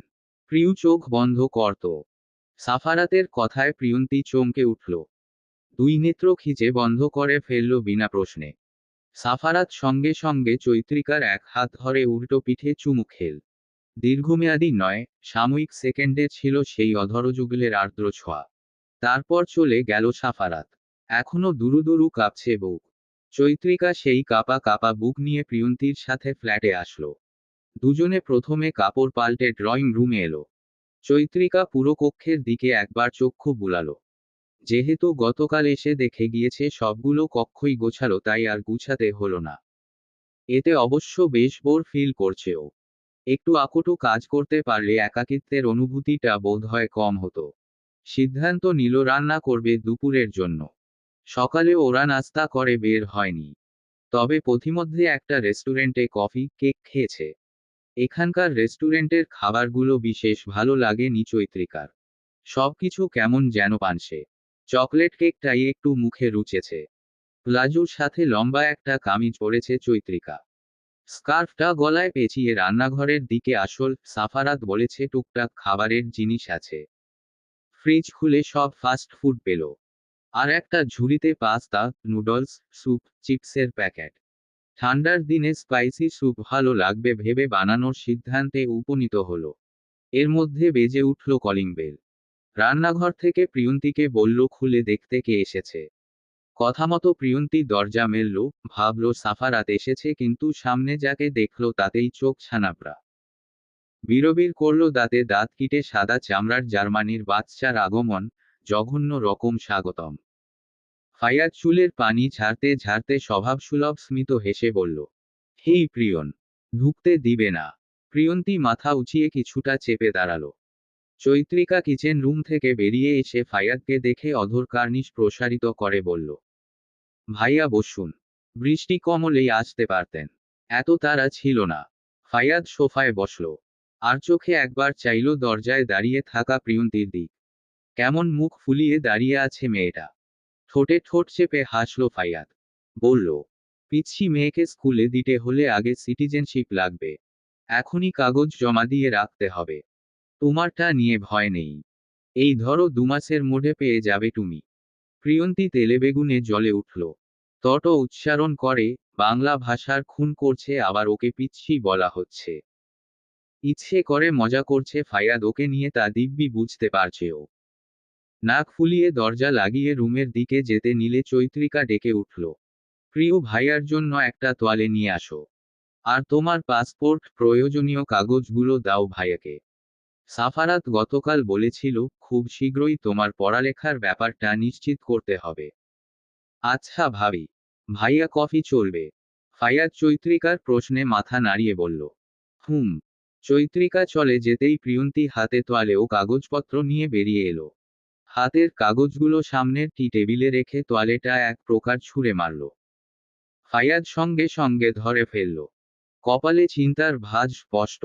অদ্ভুত দৃষ্টিতে তাকিয়ে জিজ্ঞেস করে, কি হয়েছে প্রিয়ন? আপনি আমাকে পিচ্ছি বললেন কেন? তুমি কি পিচ্ছি না? How old are you? আজ রাত পেরুলেই 16 হবে। ফায়াদ সুপ্ত হেসে, কণ্ঠ খাদে নামিয়ে ফিসফিস করে বলল, বিয়ের জন্য রেডি। ছেলে দেখো, ঠিকঠাক কিস করতে পারো তো প্রিয়ন? এমন ঠাট্টার স্বর কর্ণপাত হতেই প্রিয়ন্তীর সারা অঙ্গে স্ফুলিঙ্গ হতে দাউদাউ করে আগুন জ্বলে উঠল যেন। রাগান্বিত স্বরে ঈষৎ চিল্লিয়ে উঠল, আপনি আমাকে আপনার মতো অসভ্য মনে করেন? মুগ্ধতায় পরিপূর্ণ আখিদয় বর্ষর করল ফাইয়াদ। বিস্ফোরিত কণ্ঠস্বর তার, আমি কি করলাম? কি করেননি? গত রাতেই তো জাইফাকে জড়িয়ে ধরে দাঁড়িয়েছিলেন। কি বলছো? ওই মেয়েটো উড়ে এসে আমার বুকে পড়েছিল। একদম ভালো সাজার চেষ্টা করবেন না। আপনারা তো রাস্তা ঘাটে মানুষের সামনে লিপ কিস করতেও দ্বিধাবোধ করেন না। নির্লজ্জ। ফায়াদ সবটা বুঝল একটা শব্দ বাদে। প্রশ্ন করল, দ্বিধাবোধ কি Priyon? And Zaifa, she is not my girlfriend. Why should I kiss her? Kiss লাইফে একবারই করেছিলাম অ্যালেক্সকে। প্রিয়ন্তীর বুক ধরফর করে উঠল। কাপা কাপা কণ্ঠে আওড়ালো, who is Alex? My ex girlfriend. লাইফের প্রথম প্রেম। এক্স হলো কেন? ফায়াদ নির্বিকার অভিব্যক্তি ধারণ করে প্রত্যুত্তর করল, ও আমায় লিভিংয়ের জন্য অফার করেছিল। আমি ভাবটে সময় নিই, ভেবে ডিসিশন নিলাম আমি পারবো না। That's why she left me for life. প্রিয়ন্তীকে স্তব্ধতা, অবাকতা আষ্টেপৃষ্ঠে জড়িয়ে নিতে ব্যর্থ হল। কারণ এদেশে এসব কমন বিষয়। ফায়াদের প্রতি প্রথম দিন থেকেই একটা পজিটিভ ভাব আসে। ক্ষণিকের জন্যও মনে হয়নি এটা এক ভিন্ন দেশের ছেলে। যথেষ্ট ভদ্রতা বজায় রাখে ছেলেটা। এছাড়া কম বয়সে যেই ধাক্কাটা পেয়েছে প্রিয়ন্তী জীবনে, এখন ছেলেদের সান্নিধ্যে ভয় হয়, ভীষণ ভয়। একমাত্র ভাই ছাড়া কাউকেই বিশ্বাস হয় না। তবুও ফাইয়াদের কাছে অকপটে মনের ভাষা ব্যক্ত করছে পারছে সে। মুখে হাসি ফুটছে। নিত্য নতুন অনুভূতির সঙ্গে সাক্ষাৎ হচ্ছে। কথার বিপরীতে কিছু না বলে উঠে দাঁড়ালো ও। ফাইয়াদ উত্তেজিত সুরে বলে উঠল, কোথায় যাচ্ছ? প্রিয়ন্তী হাঁসফাঁস করতে লাগলো। কিছু বলতে পারছে না। ফাইয়াদ ওর চোখের দিকে তাকালো। গলা ঝেড়ে বলল, প্রিয়ন, আমি কিন্তু খারাপ নই, আবেগী বয়সের ভুল মাত্র। ভালোবাসাটো এখন অনুভব করতে শিখেছি। প্রিয়ন্তীর হৃদস্পন্দন থমকে গেল। ফাইয়াদের বাক্যটাকে স্বীকার করে বলে উঠল, জানি, আপনি খারাপ নন। নিজের কাজে নিজেই হতভম্ব প্রিয়ন্তী। কি হলো ওর? কেন এত পজিটিভ অনুভূতি হচ্ছে এই বিদেশি সাদা চামড়ার ছেলেটার জন্য? আবারও আবেগ বশীভূত করা আরম্ভ করল নাকি? চৈত্রিকা হাতের ট্রেটা টেবিলের উপর রাখল। স্যুপ, পাস্তা, কফি এসব রেডি করতে দেরি হয়ে গেল ওর। স্থির হয়ে থাকা প্রিয়ন্তীর দিক চেয়ে জিজ্ঞেস করল, দাঁড়িয়ে আছো কেন? নড়েচড়ে উঠল প্রিয়ন্তী। ফাইয়াদ ওর দিকে নির্নিমেষ পলকহীন দৃষ্টি নিক্ষেপ করে রেখেছে। ঠোঁটের কোণে হাসি। পেটটা গুড়গুড় করে উঠল প্রিয়ন্তীর। ঢোক গিলে বলল, আমি রুমে যাচ্ছি ভাবি। বলতে দেরি করলেও সুরসুর করে প্রস্থান করতে বিলম্বিত করল না মেয়েটা। হঠাৎ চৈত্রিকার পেট ব্যথা শুরু হয়েছে ভোরের দিকে। বিছানায় কাকড়ার মতন বালিশ আঁকড়ে ধরে পড়েছিল সে। সেই সময় থেকেই সাফারাতের চোখে ঘুম নেই, ভিতরটা ছটফট করছে। শ্বাস ফেলতে কষ্ট হচ্ছে। অনলাইনে ডাক্তারের সাথে পরামর্শ করে কিছু স্টেপ নিয়েছে। ঘড়িতে এখন 6:30। 9টার দিকে বেরোবে ওরা ডক্টর দেখানোর উদ্দেশ্যে। চৈত্রিকা গাঢ় নিদ্রায় ডুবে আছে। টুল পেতে বসে ওর ঘুমন্ত, তৈলাক্ত বদনের দিক চেয়ে আছে সাফারাত এক দৃষ্টে। দৃষ্টিটা করুণ। মনটা অস্থিরতায় বিষিয়ে যাচ্ছে মুহূর্তে মুহূর্তে। হঠাৎ কর্ণে ভেসে আসে কলিং বেলের শব্দ। সাফারাত ঘড়ির দিকে দৃষ্টি স্থির করল। চৈত্রিকার গায়ে কাঁথা জড়িয়ে দিয়ে দরজার কাছে আসল। খুলতেই ওর দুই হাঁটু জড়িয়ে ধরল পিচ্ছি পিচ্ছি দুটো হাত। আয়মানকে কোলে তুলে নিল সাফারাত। সামনে দাঁড়ানো মানুষটাকে দেখে ঘৃণায়, রাগে মুখ ফিরিয়ে নিল। আলো বেগম অশ্রুসিক্ত কণ্ঠে বলে উঠলেন, ঢুকতে দিবি না খালামণিকে? কেন আমাকে ছেড়ে আসার সিদ্ধান্ত নিলি? তোকে ছাড়া আমার কষ্ট হয় সাফারাত। কথা বল আমার সাথে। আয়মানকে কোল থেকে নামিয়ে দিল সাফারাত। আঙ্গুল দিয়ে নিজেদের রুমটা দেখিয়ে বলল, তোমার মামি মনি অসুখ ওই রুমে ঘুমাচ্ছে। আয়মান দৌড়ে চলে গেল। আলো বেগম এক গাল হেসে বললেন, কাল থেকে ছেলেটা মনমরা হয়েছিল। তুফান করেছে বাড়িতে। নিজের সব প্রিয় জিনিস ভেঙে ফেলেছে। বারবার বলছিল সুখ না থাকলে ওর কিছুই লাগবে না। শুধু সুখ চায় ওর। তাই নিয়ে এলাম। এটুকু বলে তিনি ছোট্ট নিঃশ্বাস ত্যাগ করলেন। কণ্ঠে গম্ভীরতা এঁটে বললেন, তোর সাথে আমার কথা আছে সাফারাত। কেন এমন করছিস তুই? সাফারাত রোষপূর্ণ কণ্ঠে গর্জে উঠল, আমার মায়ের খুনের পরিকল্পনাকারীর সাথে আমার কোনো কথা নেই। মুখোশের আড়ালে নিকৃষ্ট এক নারী আপনি, যে কিনা পুরো দুনিয়ার সামনে মমতাময়ী, নরম স্বভাবের সেজে থাকেন। প্রকৃতপক্ষে আপনি একজন ছলনাময়ী। Get out from here. Alo Begum ধপ করে দরজায় বসে পড়লেন। টুপটুপ করে চক্ষু কোল থেকে জল গড়াতে শুরু করল। পেটে উষ্ণ ছোঁয়া পেয়ে চৈত্রিকা চোখ মেলে তাকালো। দেখল আয়মান ছোট, চিকন চাকন ওষ্ঠদয় দিয়ে ওর পেটে চুমু আঁকছে। নিমিষেই অনেকখানি প্রশস্ত হাসি ওর ঠোঁটের জায়গা দখল করে নেয়। প্রশান্তির নির্মল সমীরণ বয়ে যায় হৃদয়স্থল জুড়ে। হাত বাড়িয়ে আয়মানকে কাছে টানল। বুকের সাথে জড়িয়ে ধরে আয়মানের গালে চুমু দিল। অতিশয় আদর মেশানো স্পর্শ। মলিন স্বরে জিজ্ঞেস করল, সুখকে মিস করছিলে? তুমি আমার সুখকে নিয়ে চলে এলে কেন মামিমণি? আয়মানের গম্ভীর কণ্ঠের প্রশ্নে চৈত্রিকা আলতো হাসল। প্রশ্নবিদ্ধ দৃষ্টি এড়িয়ে বলে উঠল, কার সাথে এসেছ? দাদুর সাথে। চৈত্রিকা চমকে উঠল। দ্রুতপদে বলল, খালামণির সঙ্গে। ইয়েস। কথায় উনি? ড্রয়িং রুমে। মামার সাথে কথা বলছেন। সাফারাতের সাথে কথা বলছেন। মনে মনে প্রশ্নটা আওড়ালো চৈত্রিকা। তড়িঘড়ি করে বিছানা ছাড়ল। হুট করেই অসুস্থ শরীরে শক্তি অনুভব করল সে। সাফারাত আবার না আলো বেগমকে কিছু বলে বসে। টেবিলের উপর থেকে মোবাইলটা আয়মানের হাতে ধরিয়ে দিয়ে বলল, তুমি এখানে বসে গেমস খেলো বাবা। আমি আসছি। আয়মান কপাল কুঁচকে একবার চাইল। পরমুহূর্তেই মাথা নাড়িয়ে সায় জানালো। মোবাইলটা হাতে নিয়ে বসে পড়ল বিছানায়। ওর মাথায় হাত বুলিয়ে চৈত্রিকা দরজা পর্যন্ত গিয়ে পুনর্বার ফিরে আসে। বেডসাইডের সেন্টার টেবিলের ড্রয়ার হতে একটা কিটকিটের প্যাকেট ওর হাতে ধরিয়ে দিল। গতকাল এনেছে সাফারাত চকলেটগুলো। প্রেগন্যান্সিতে বারংবার চকলেট খাওয়ার ইচ্ছে জাগে চৈত্রিকার। সেই কারণেই ড্রয়ার ভর্তি চকলেট। বেডরুম থেকে বেরিয়ে এসে ড্রয়িং রুমে দাঁড়িয়ে সর্বপ্রথম নজর নিক্ষেপ করল দরজার দিকে। মেঝেতে পড়ে থাকা আলো বেগমকে দেখে চৈত্রিকার বুকটা ধক করে উঠল। এক প্রকার দৌড়ে এসে টেনে দাঁড় করালো আলো বেগমকে। সাফারাতের দিকে চেয়ে বিস্ময়মাখা স্বরে বলে উঠল, খালামণি এভাবে পড়েছিল, আপনি কি দেখছেন না সাফারাত? তাৎক্ষণিক চৈত্রিকার সারা দেহ থরথর করে কেঁপে উঠল। সাফারাতের অগ্নি দৃষ্টি চক্ষে বিঁধতেই পাশের টেবিল থেকে ফুলদানি সজোরে আছড়ে ফেলল সে। আলো বেগম সহ ভড়কে গেলেন। চৈত্রিকা ওনাকে সোফায় বসিয়ে দিয়ে থম মেরে দাঁড়িয়ে রইল। সাহস জোগাড় করতে সক্ষম হলো না, আর না পারল সাফারাতের সান্নিধ্যে যেতে। সাফারাত নিজেই এগিয়ে এলো, চৈত্রিকার দিকে চেয়ে হাত মুষ্টিবদ্ধ করে রাগ প্রকাশ করে বসল।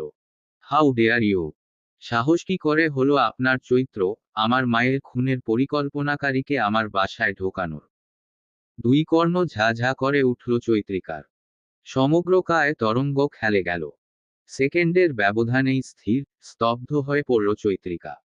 নেত্র গহর জলে টইটুম্বুর হলো, কিন্তু এক ফোঁটাও অশ্রু গড়াল না। ঠোঁটে ঠোঁট চেপে কান্না সংবরণ করল, কণ্ঠনালীতে আটকা পড়া কান্না গিলে ফেলল তৎক্ষণাৎ। মানসপটে উদয় হলো একটা শব্দ, কেবলমাত্র একটা শব্দ, এবং তা হলো প্রতারক।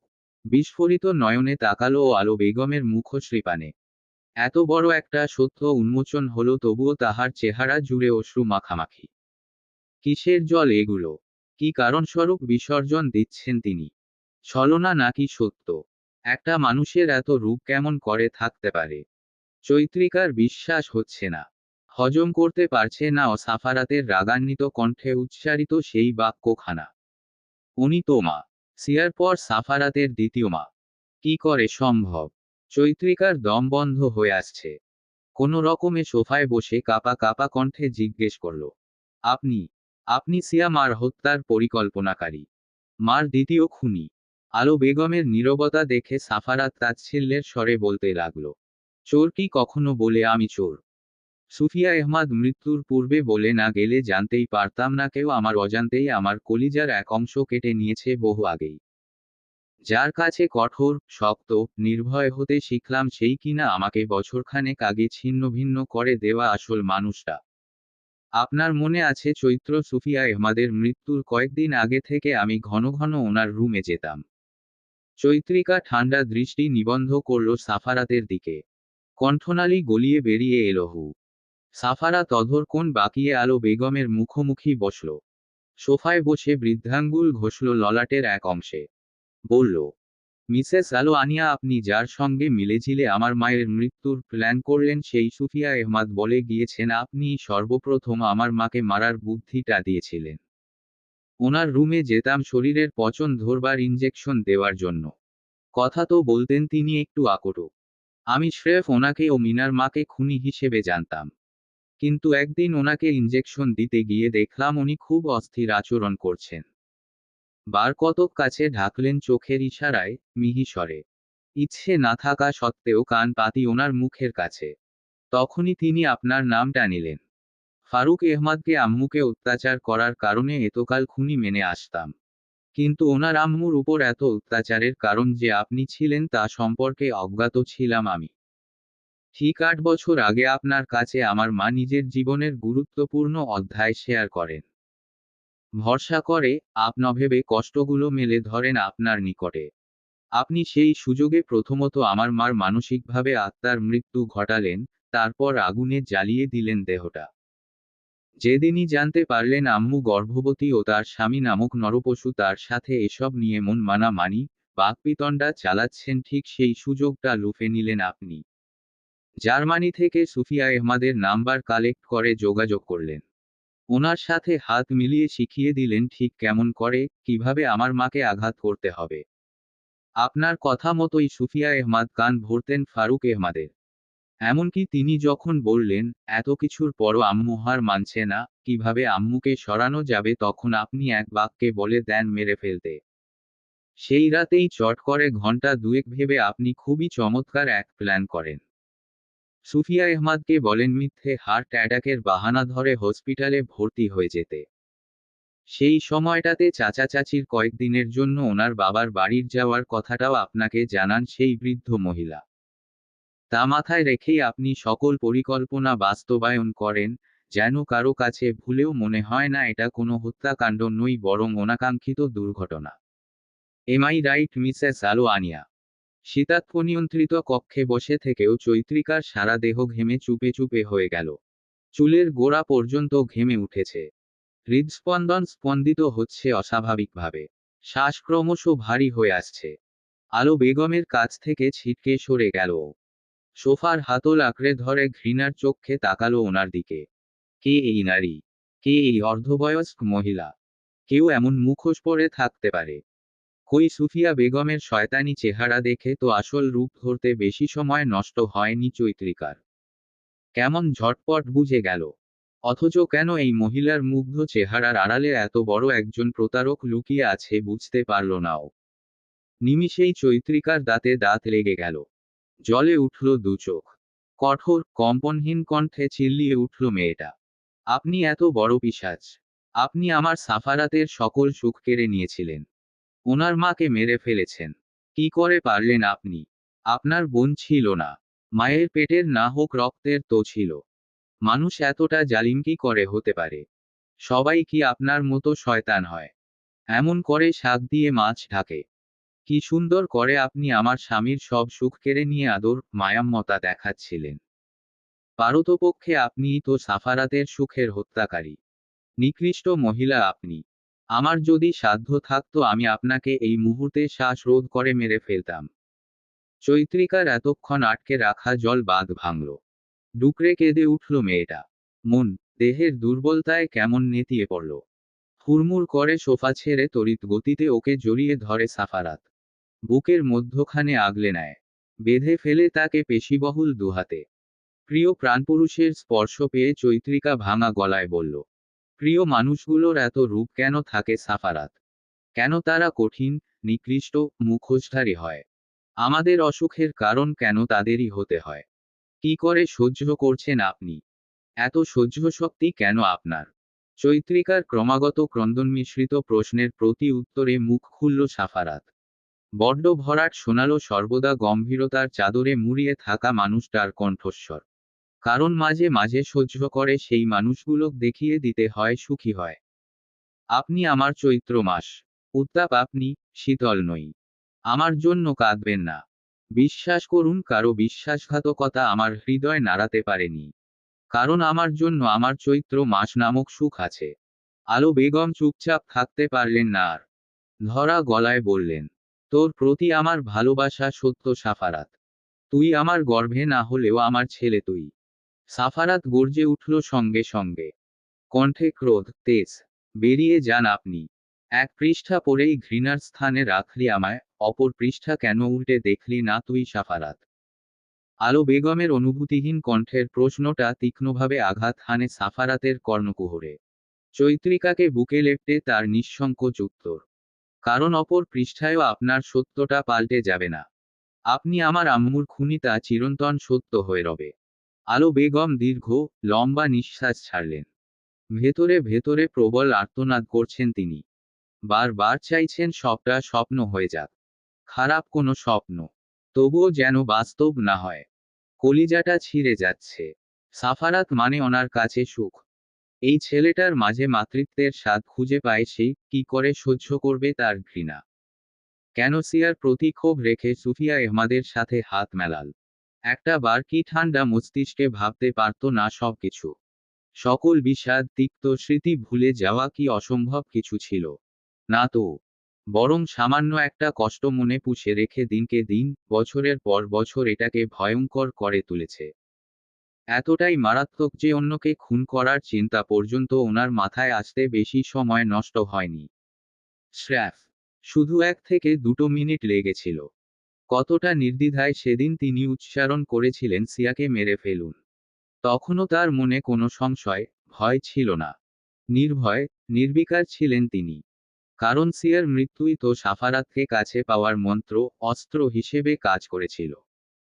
কিন্তু কে জানত যার মন নিজ হাতে ভেঙে গড়েছেন তার দুচক্ষে নিজের জন্য অবজ্ঞা, তাচ্ছিল্য, বিতৃষ্ণা দেখতে পাবেন।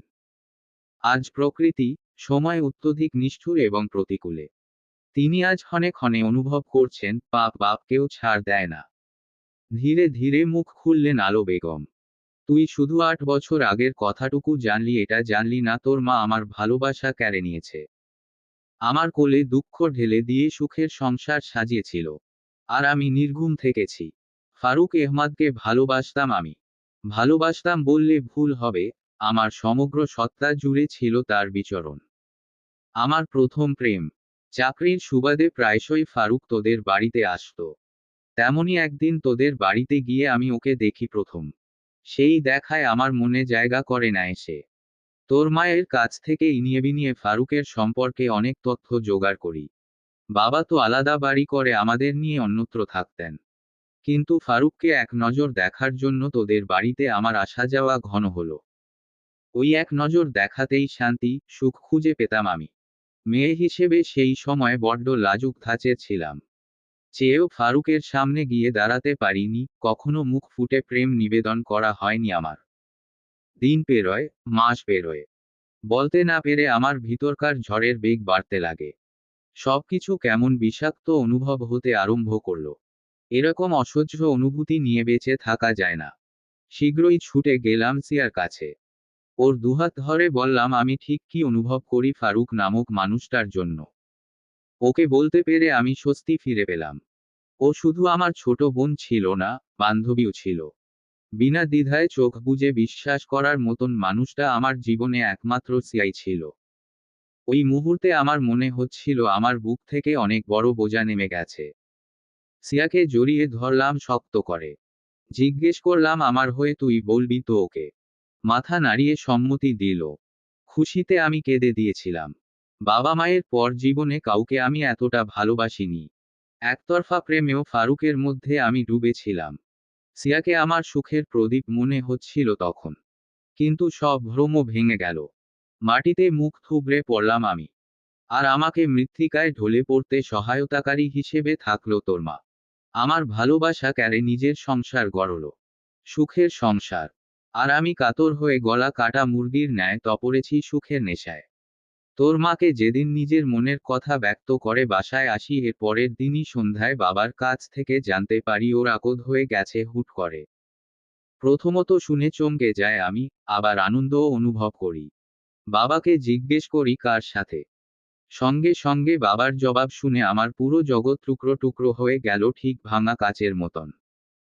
নিমেষে অন্তরাত্মা চিৎকার করে উঠে, চোখের পলকেই যেন মৃত্যু ঘটে তার। আত্মার মৃত্যু। ফারুকের সাথে ওর বিয়ে হয়ে যায়। সিয়া আমার সাথে প্রতারণা করল। ওর যদি এতই ফারুকের প্রতি ভালোবাসা থাকতো তাহলে কেন বলল না আমাকে?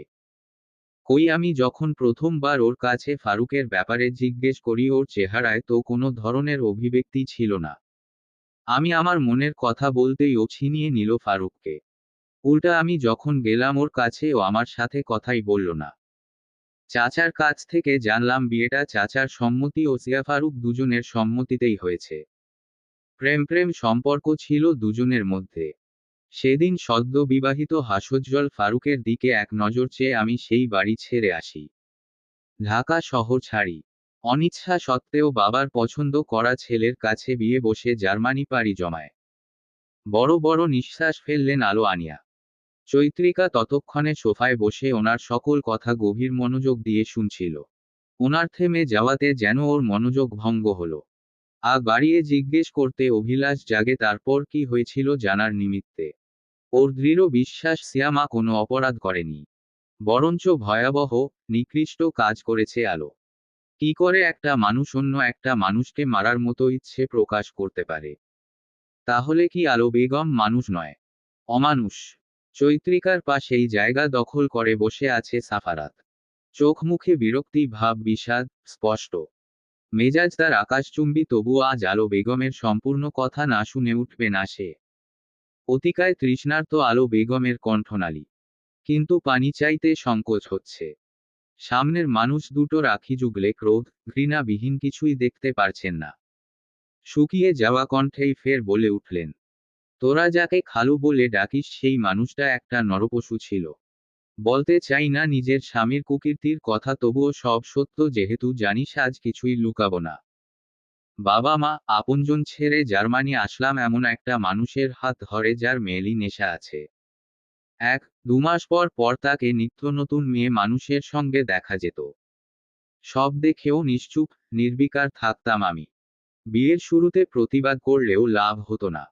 আমার কোনো কথাই কানে তুলতো না সেই মানুষটা। এমনিতেই আমি নিঃশেষ হয়ে গিয়েছিলাম তোর মায়ের ধোকায়, আবার তোর খালুর এসব আমার জীবনে আগুনে ঘি ঢালার মতো কাজ করলো। প্রতিনিয়ত ধুকে ধুকে মরতাম আমি। একসময় নিজের উদ্রে কারো অস্তিত্ব অনুভব করি, যেই আমি কাঠখড় পোড়াচ্ছিলাম বদ মানুষটার সঙ্গ ছাড়ার জন্য, সেই আমি সিদ্ধান্ত নিলাম গর্ভে আসা বাচ্চাটার জন্য হলেও আমি সংসার করব। কিন্তু তখনও তোর মায়ের প্রতি জেদ, রাগ এক বিন্দুও কমেনি আমার। জার্মানি বসে যখন ওর সুখের কথা শুনতাম তখনই তোর খালুর করা প্রত্যেকটা অত্যাচার আমার দগদগে ক্ষত আরো সতেজ করে তুলত। তীব্র ঘৃণা জন্মাত সিয়ার প্রতি। সর্বদা ওকে আমার এই পরিণতির জন্য দোষী সাব্যস্ত করতাম আমি।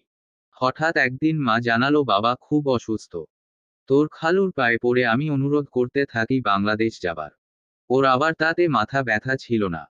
বাবা হবে জেনেও কোনো খুশি কাজ করেনি তার মাঝে। সুদূরই জার্মানি থেকে একা একা পাঠিয়ে দিল আমাকে। প্ল্যানে বসে আমি চোখের জল ফেলেছি, প্রতিবার মস্তিষ্ক চারা দিয়ে উঠেছে তোর মা আমার অসুখের কারণ। বিতৃষ্ণার জন্য দায়ী। বাংলাদেশ আসার দুদিনের মাথায় এক বিকেলে সিয়া আমাদের বাসায় ছুটে আসে 9 মাসের ভরা পেট নিয়ে। কি স্নিগ্ধ, সুন্দর লাগছিল ওকে। আমাকে জড়িয়ে ধরে অনেক কাঁদল। অনেক কিছু বলতে চাইল। আমি শুধু এতটুকুই বললাম পুরনো ঘা তাজা করবে এমন কথা আমি শুনব না। তুই আমার বোন, তোর সাথে সম্পর্ক নষ্ট করে তো লাভ নেই। ও খুশি হয়ে আবারও আমাকে জড়িয়ে ধরেছিল। কিন্তু বোকা মেয়ে একটা বারও আমার মুখের মেকি হাসি ও মিথ্যে কথাগুলো আজ করতে পারল না। মনে মনে তো আমার ইচ্ছে করছিল খুন করে জলে ভাসিয়ে দেই ওর দেহটা। ওর সুখ, ওর মা হওয়ার পূর্বের সুন্দর চেহারা আমার একদম সহ্য হচ্ছিল না। এই সুন্দরের জালেই তো ফাঁসিয়েছিল ফারুককে। আমার ওপর ভরসা করে জীবনের সব কথা শেয়ার করত। আমি বাংলাদেশ থাকতেই কোনো এক ভোরে ও একটা ছেলে সন্তান জন্ম দিল। ভালো মানুষ সাজার চেষ্টা চালিয়ে সেই বৃষ্টিমাখা ভোরেই আমি হসপিটালে ছুটে যাই। নর্মাল ডেলিভারি হওয়ায় ও একদম সুস্থ ছিল। আমাকে দেখে নার্সকে বলল বাচ্চাটাকে আমার কোলে দিতে। তখনও আমি ওর বেবিকে দেখিনি। নার্স কোল হতে বাচ্চাটা আমার দিকে বাড়িয়ে দিতেই আমি থমকে গেলাম। হুট করেই মাতৃত্ব অনুভব করলাম। ঠিক কতক সময় সেই বাচ্চাটা মানে তোকে বুকে জড়িয়ে রেখেছিলাম তার ইয়ত্তা নেই। অন্যরকম এক মায়া জন্মে গিয়েছিল তোর প্রতি, যেই মায়া আমি আজও কারো জন্য খুঁজে পাইনি। জার্মানি ফিরে এসে আমার মিসক্যারেজ হয়ে যায়। জীবনে কখনো মা হব না এই বাক্যটা আমার কানে ঢেলে দেন ডাক্তার। জীবনে সুখ ছিল না, সুখের দেখাও আর মিলল না। বাচ্চা মিসক্যারেজ হওয়ার পর তোর খালু সন্তান হারানোর শোক বুঝতে পারে। একটু একটু করে মেয়েলি সঙ্গ ছেড়ে দেয়। সব সময় বলতে থাকে আল্লাহ আমার পাপের শাস্তি দিয়েছেন। ওনার এসব কথা আমার কানে পৌঁছালেও মনে ধরত না। কারণ আমি তখন সর্বস্ব হারিয়ে একজন অসুখী নারী। হিংসার আগুনে দাউদাউ করে জ্বলছিল আমার অন্তর। সিয়া সুখী অথচ আমি অসুখী। ছেলে, হাজবেন্ড নিয়ে ওর সুখের পরিবারের গল্প শুনে আমার মনে হতো আমার হৃদয়ে ছুরিঘাত করত সে। কয়েক মাস বাদে একটা ছোট দুধের শিশুকে অ্যাডপ্ট করে নিয়ে আসে তোর খালু। মা হিসেবে ওকে কোনো কিছুতে অপূর্ণ রাখিনি। আদরে বড় করেছি ওকে। কিন্তু আমার অভ্যন্তরে জ্বলন্ত অগ্নি কখনো নিভেনি। বছরের পর বছর পেরিয়ে নতুন বছর আসে, তবুও না। আমার পালিত সেই ছেলে আয়ান বড় হয়, তুইও বড় হোস। সবকিছু পাল্টে যায়, শুধু আমার সিয়ার প্রতি আমার ঘৃণা, হিংসা ব্যতীত। তোকে আর সিনথিয়াকে জার্মানি পাঠানোর পর সিয়া ওর দ্বিতীয়বার প্রেগন্যান্সির কথা জানায়। তোকেও জানাতে চায় ওর জীবনে কি চলছে সব কথা। কিন্তু আমি জীবনে প্রথমবার ওর জীবন বরবাদ করার সুযোগ পেয়ে একটা চাল চালি। ওকে বলি তোকে যেন এসব না বলে। তাহলে ফারুকের মতো তুইও বুড়ো বয়সে বাচ্চা নেওয়ার বিষয়টা ছি করবি। সিয়া মানতে চাইছিল না। বারবার বলছিল আমার সাফারাতের প্রাণ আমার মাঝে। ওর মাকে ঘৃণা করতে পারবে না ও কখনো। রাগ লাগছিল তবুও ওকে অনেক বুঝালাম। একটা সময় আমার সিদ্ধান্তটা মেনে নেয় সে। তোর কাছ থেকে ফারুকের অত্যাচারের বিষয়টা আড়াল করে শুধু প্রেগন্যান্সির ব্যাপারটা জানালাম। যদিও আমি নিজেই সিয়াকে না করেছিলাম, কিন্তু পরে তোর বিশ্বস্ত হওয়ার জন্য জানাতে বাধ্য হলাম। ফারুক পরকিয়া করে শুনতে পেয়ে স্বস্তি পাচ্ছিলাম। প্রকৃতি যেন প্রতিশোধ নিল। কিন্তু নিজ থেকে প্রতিশোধ নেওয়ার ইচ্ছেটুকু দমন করতে পারলাম না। সুফিয়া আহমাদের সাথে যোগাযোগ করি। উনি অবশ্যই আমার কাছে সিয়ার প্রতি এত ক্ষোভের কারণ জানতে চেয়েছিল, প্রত্যুত্তরে বলেছি কারণ জানা যাবে না। নিজের কুকর্মে কারো সাপোর্ট পেয়ে খুশিতে গদগদ হয়ে গেলেন তিনি। সিয়াকে মৃত্যুর প্ল্যানটা আমি করে দিলেও পরে আমি বেঁকে বসি ওনাকে না করি। কারণ হঠাৎ উপলব্ধি করি এত বড় অন্যায় আমি করতে পারবো না। তিনি আমাকে কথা দেন এই কাজটা করবেন না, কিন্তু উনি ওনার কথার খেলাপ করেন। আমার দেয়া বুদ্ধি কাজে লাগিয়ে সিয়াকে জ্বালিয়ে দেয় অন্তঃসত্ত্বা অবস্থায়। বিশ্বাস কর সাফারাত, আমি এমনটা চাইনি। আমি জানি না আমার কি হয়েছিল। না করেছিলাম আমি ওনাকে। কিন্তু উনি। আলো বেগম আর বলতে পারলেন না। কান্নায় ভেঙে পড়লেন তিনি। চৈত্রিকার নেত্রজল শুকিয়ে গিয়েছে। এক একটা সত্য এতটা তিক্ত কেন? পাশ ফিরে দেখল সাফারাত নেই। শরীরের সমস্ত অঙ্গ প্রত্যঙ্গ কাজ করা বন্ধ করে দিয়েছে চৈত্রিকার। এই মুহূর্তে চোখের সামনে ও কেবল একজন খারাপ মানুষ দেখতে পাচ্ছে। কিছুক্ষণ পর সাফারাত ফিরল। একটা ডায়েরির কয়েকটা পৃষ্ঠা উল্টে এক প্রকার ছুঁড়ে মারল সে ডায়েরিটা আলোর বেগমের দিক। আমি পারতাম সেদিন আলো আপাকে বলে দিতে যে ফারুকের সাথে আমার প্রেমের সম্পর্ক আছে। ফারুক আমাকে ভালোবাসে, আলো আপাকে না। কিন্তু চেয়েও আমি বলতে পারিনি। মন, মস্তিষ্ক কেমন অচল হয়ে পড়েছিল। কি করব, কি বলবো তা কিছুই মাথায় আসছিল না। সঠিক পথ খুঁজে পাচ্ছিলাম না। কারণ একটাই, আমি যেমন আলো আপাকে অনেক ভালোবাসি, তেমন ফারুককেও। তবুও সিদ্ধান্ত নিলাম ফারুককে বলবো আলো আপার কথা। আমার ভীষণ ভালোবাসার চেয়ে ওই মেয়ের অতিরিক্ত ভালোবাসার প্রখরত্ব অধিক। ফারুকের সাথে আমার সম্পর্ক আছে এটা আলো আপাকে আমি কখনো মুখে বলতে পারবো না, তার চেয়ে বরং ফারুককে আপার কথা জানায়। সিদ্ধান্ত মতে আমি ফারুককে বলি আলো আপার মনের সমস্ত কথা। এক মুহূর্তে আমি ত্যাগী নারী হয়ে উঠেছিলাম। ফারুকের পা জড়িয়ে বলেছিলাম আপাকে যেন বিয়ে করে। কিন্তু ফারুক রাজি হয়নি। কর্ণপাত করেনি আমার আকুতি মিনতি। বরঞ্চ সে আমায় বুকে আগলে ধরে বলেছিল, দেখো সিয়া, আমি আলোকে ভালোবাসি না, তোমাকে ভালোবাসি। তোমার সাথে আমার একটা সম্পর্ক আছে। প্রেম নামক সম্পর্ক। যদিও আমি তোমার কথা মেনে আলোকে বিয়ে করি, কখনো ওকে মেনে নিতে পারবো না। আমি তোমাকে ছাড়া কাউকে আপন করার সাহস জোগাতে পারবো না। এতে আমি নিজেও কষ্ট পাবো, আলোও পাবে। একতরফা ভালোবাসায় কভু নাহি সুখ মিলে, অনুরাগ তো দুতরফা হতে হয় যেন সন্ধিক্ষণ দীর্ঘ না হয়। ভালোবাসা বিহীন সংসার হবে কিন্তু আলো সুখী হবে না, আমিও, তুমিও না। বনের জন্য ভাবতে গিয়ে তুমি বনকে আরো ধ্বংস করে দিবে, সাথে আমাকেও। নিজেও ভেঙে পড়বে। তুমি কি চাও তিনটা জীবনে দুঃখের কৃষ্ণতা লেপে যাক, নাকি লম্বা সময়ের অসুখের চেয়ে ক্ষীণ সময়ের অসুখ ভালো? আজ আলো কষ্ট পাবে কিন্তু সময়ের সঙ্গে সঙ্গে ওর সকল ক্ষত শুকিয়ে যাবে, নতুন করে সাজবে জীবন। কিন্তু আমার আর ওর বিয়ে হলে কখনো জীবনে রং পাবে না। কখনো না। এখন তুমি ওর, আমার, নিজের জীবন বরবাদ করতে চাও। সেদিন ফারুকের সেই কথাগুলোর প্রেক্ষিতে আমি কিছু বলার ভাষা হারিয়ে প্রায় শূন্য। কারণ ওর বলা প্রত্যেকটা বাক্য সত্য এবং সঠিক ছিল। কি করে আমি আপার জীবনে দুঃখ ডেকে আনতে পারি? সেদিন পুরো মধ্যাহ্ন, পুরো রাত অনেক ভাবি। তখনও কোনো সিদ্ধান্ত না নিতে পেরে আমি যখন মলিন মুখে বারান্দায় পায়চারি করছি, তন্মধ্যে আগমন ঘটে বাবার। হুট করেই বাবা আমার জীবনের অনেক বড় একটা সিদ্ধান্ত নেয়, যা শুনে আমি কয়েক পলকের জন্য স্তব্ধ হয়ে পড়ি। আমার ও ফারুকের সম্পর্কে অবগত ছিল বাবা। সেটার রেশ ধরেই জানালেন ছোটখাটো করে ঘরোয়াভাবে আকদ করিয়ে ফেলতে চান আগামীকাল। সেই সময়টাতে জীবনের এমন এক কাঠগড়ায় দাঁড়িয়েছিলাম আমি, যেখান হতে পরিত্রাণের উপায় পাচ্ছিলাম না। কারণ বাবা আমার কাছ থেকে কথা নেয় আমি যেন ফারুকের সাথে বিয়েতে আপত্তি না করি। আর ফারুকও আমাকে চাই। নিজের ভালোবাসা, ফারুকের ভালোবাসা, বাবার ইচ্ছে সব মিলিয়ে আমার দম বন্ধ হয়ে আসছিল। সবার খুশি, সুখ, ভবিষ্যতের কথা ভেবে আমি এক কঠোর সিদ্ধান্তে উপনীত হয়। যেই আমি দিন রাত এক করে সমীকরণ মিলাতে গিয়ে মূর্খতার ট্যাগ নিজের গায়ে জোড়াচ্ছিলাম বারংবার, সেই আমি মাত্র কয়েক ঘন্টায় বাবাকে জানায় আমি ওনার কথায় রাজি। আগদের জন্য তৈরি হওয়ার আগ মুহূর্ত পর্যন্ত আলো আপাকে ফোন করে সবকিছু বলতে ইচ্ছে হয়, কিন্তু আমার ভিতরকার সত্তা আমায় বাধা দেয়। ভাবায় এতে আপুর কষ্টের পরিমাণ পাহাড়সম হবে। হয়তো হঠাৎ করে শুনলে 1 সেকেন্ড কিংবা অতিশয় দীর্ঘ এক সময়ের জন্য ভুল বুঝবে আমাকে, তবুও যে নিরুপায় আমি। কি করে বুঝাবো ওই মেয়েটাকে ফারুকের সাথে তোমার মঙ্গল নয়, বরং ক্ষতির এবং ক্ষতের পরিমাণটাই অধিক হবে।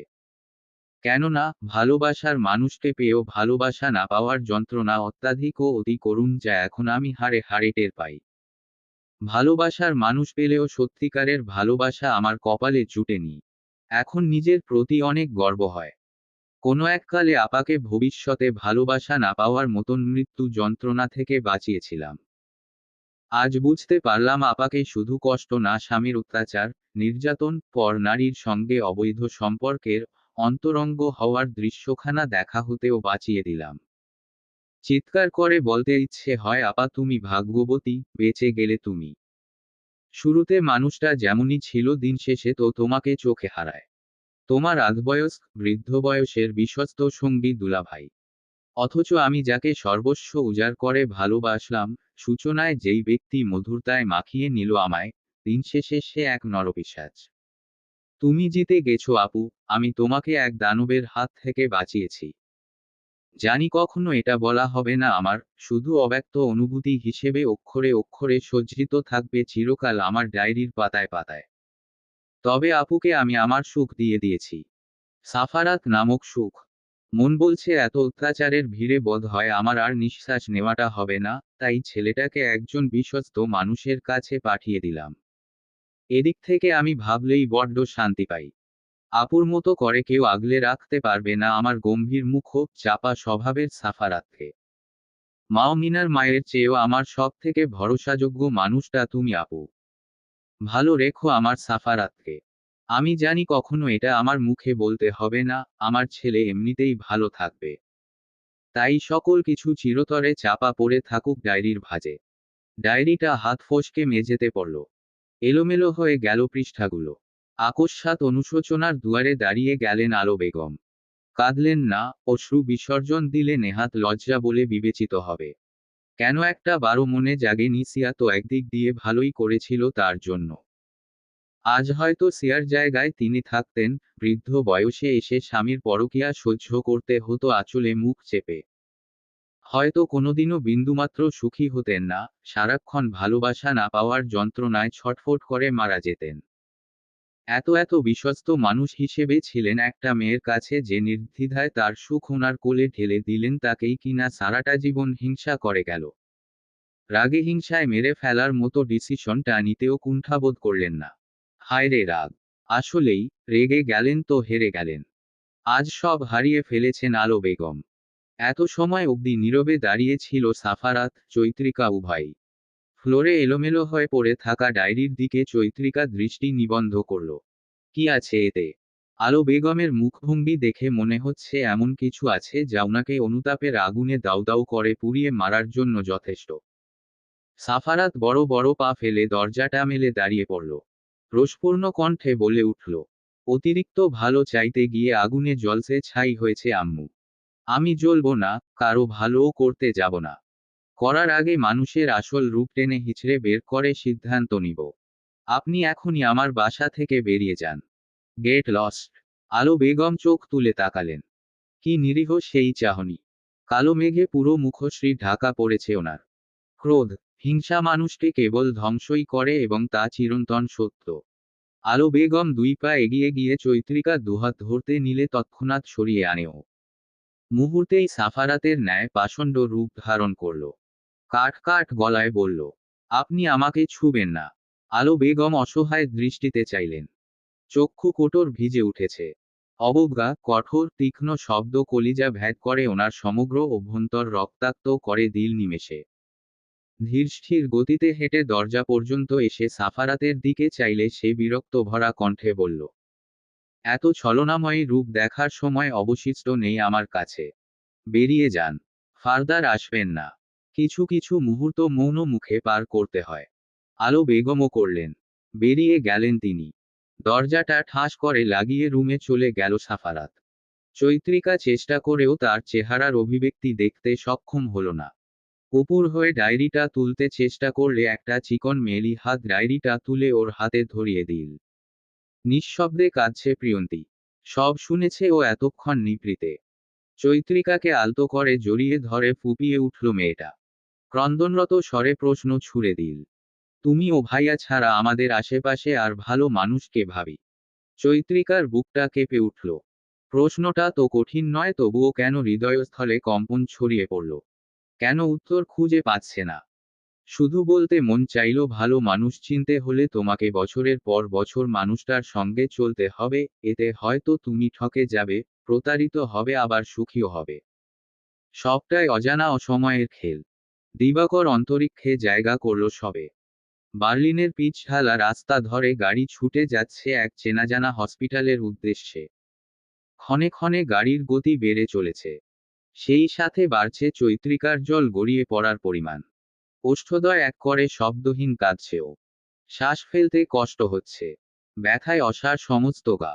সাফারাত পিছনের দিক ঘাড় বাঁকিয়ে দেখছে না।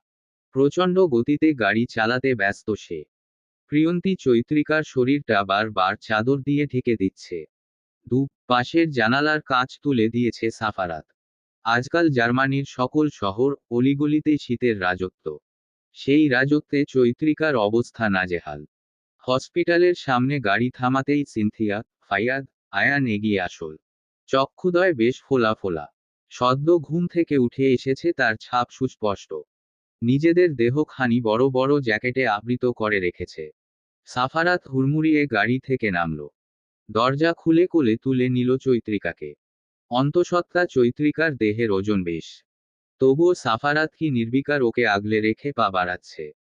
হসপিটালে ঢোকার মুহূর্তে নিভু নিভু চোখে দেখল চৈত্রিকা আয়মানকে। আখিপল্লব ঝাঁকিয়ে করুণ দৃষ্টি মেলে রেখেছে ছেলেটা। পেইন ওঠার পর থেকে সাফারাত নিশ্চুপ। চৈত্রিকাকে যখন ওটিতে ঢোকানো হবে সাফারাত ওর হাতটা আঁকড়ে ধরল। সূক্ষ্ম একটা নিঃশ্বাস ছেড়ে বলে উঠল, ফিরে আসবেন কিন্তু? একদম পরিস্ফুটভাবে অনুভব করে চৈত্রিকা সাফারাতের অশ্রুমাখা, গম্ভীর স্বর। কেবল উপর দিয়ে কঠিন ভাব ধারণকৃত লোকটার অভ্যন্তর কাঁদছে। ঝড়ের বেগে দুমড়ে মুচড়ে যাচ্ছে সে। দুজন নার্স কোলে দুটো বাচ্চা নিয়ে ওটি থেকে বেরিয়ে আসল। ভারী তোয়ালে দ্বারা আবৃত বাচ্চা দুটোর নগ্ন দেহ। সাফারাত নতমস্তকে বসে আছে। থেকে থেকে দুশ্চিন্তায় মাথার চুল ছিঁড়ে ফেলার উপক্রম। কোনো ক্রমেই মনটা শান্ত হচ্ছে না। বুকটা ফাঁকা ফাঁকা লাগছে। কখন চৈত্রিকাকে বুকে আগলে ধরবে সেই প্রতীক্ষায় মাথা ব্যথা বেড়েই চলেছে। তরস সইছে না। বক্ষস্থলে বেসামাল তলপার হচ্ছে। দুটো নার্সকে হাতে দুটো বাচ্চা নিয়ে আসতে দেখে প্রচণ্ড হতবাক সকলে। তখনও সাফারাত মাথা তুলেনি। নিষ্পলক দৃষ্টি তার মেঝেতে নিবন্ধ। শ্বাস ফেলতে কষ্ট হচ্ছে ভীষণ। সিনথিয়া, ফাইয়াদ বড় বড় পা ফেলে এগিয়ে গেল। নার্সের দিকে এক পলক চেয়ে অবিন্যস্ত দৃষ্টিতে তাকালো বাচ্চাগুলোর দিক। হতভম্ব, নির্বাক সিনথিয়া। তোয়ালের মধ্যে পুতুলের ন্যায় শুয়ে আছে দুজন। চোখ বুজে রেখেছে। একজনের থুতুনিটা একদম চৈত্রিকার মতন কাটা। হাত বাড়িয়ে সেই বাচ্চাটাকে সিনথিয়া কোলে তুলে নিল। খুশিতে গদগদ হয়ে ইংরেজি বাক্যে প্রশ্ন ছুড়ে দিল, এটা মেয়ে বাবু তাই না? নার্সটা হাসল না। সাবলীল কণ্ঠে চিকন সুরে প্রত্যুত্তরে জানালো, yes ma'am. Mrs Chattor twins baby হয়েছে। একটা ছেলে ও একটা মেয়ে। ফাইয়াদ উচ্চস্বরে হেসে উঠল। নার্সটা ইংরেজিতে সবটা ঠিকঠাক বলল, কিন্তু চৈত্রিকার নামটা বিগড়ে দিল। আহারে, বড় কষ্টজনক ব্যাপার ঠেকল তা ফাইয়াদের নিকট।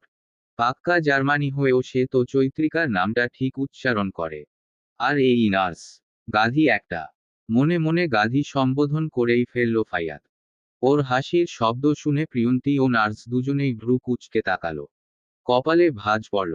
প্রিয়ন্তী হাত বাড়িয়ে দিল ছেলে বাবুটা নেওয়ার জন্য। হাত দুটো অসম্ভব কাঁপছে ওর।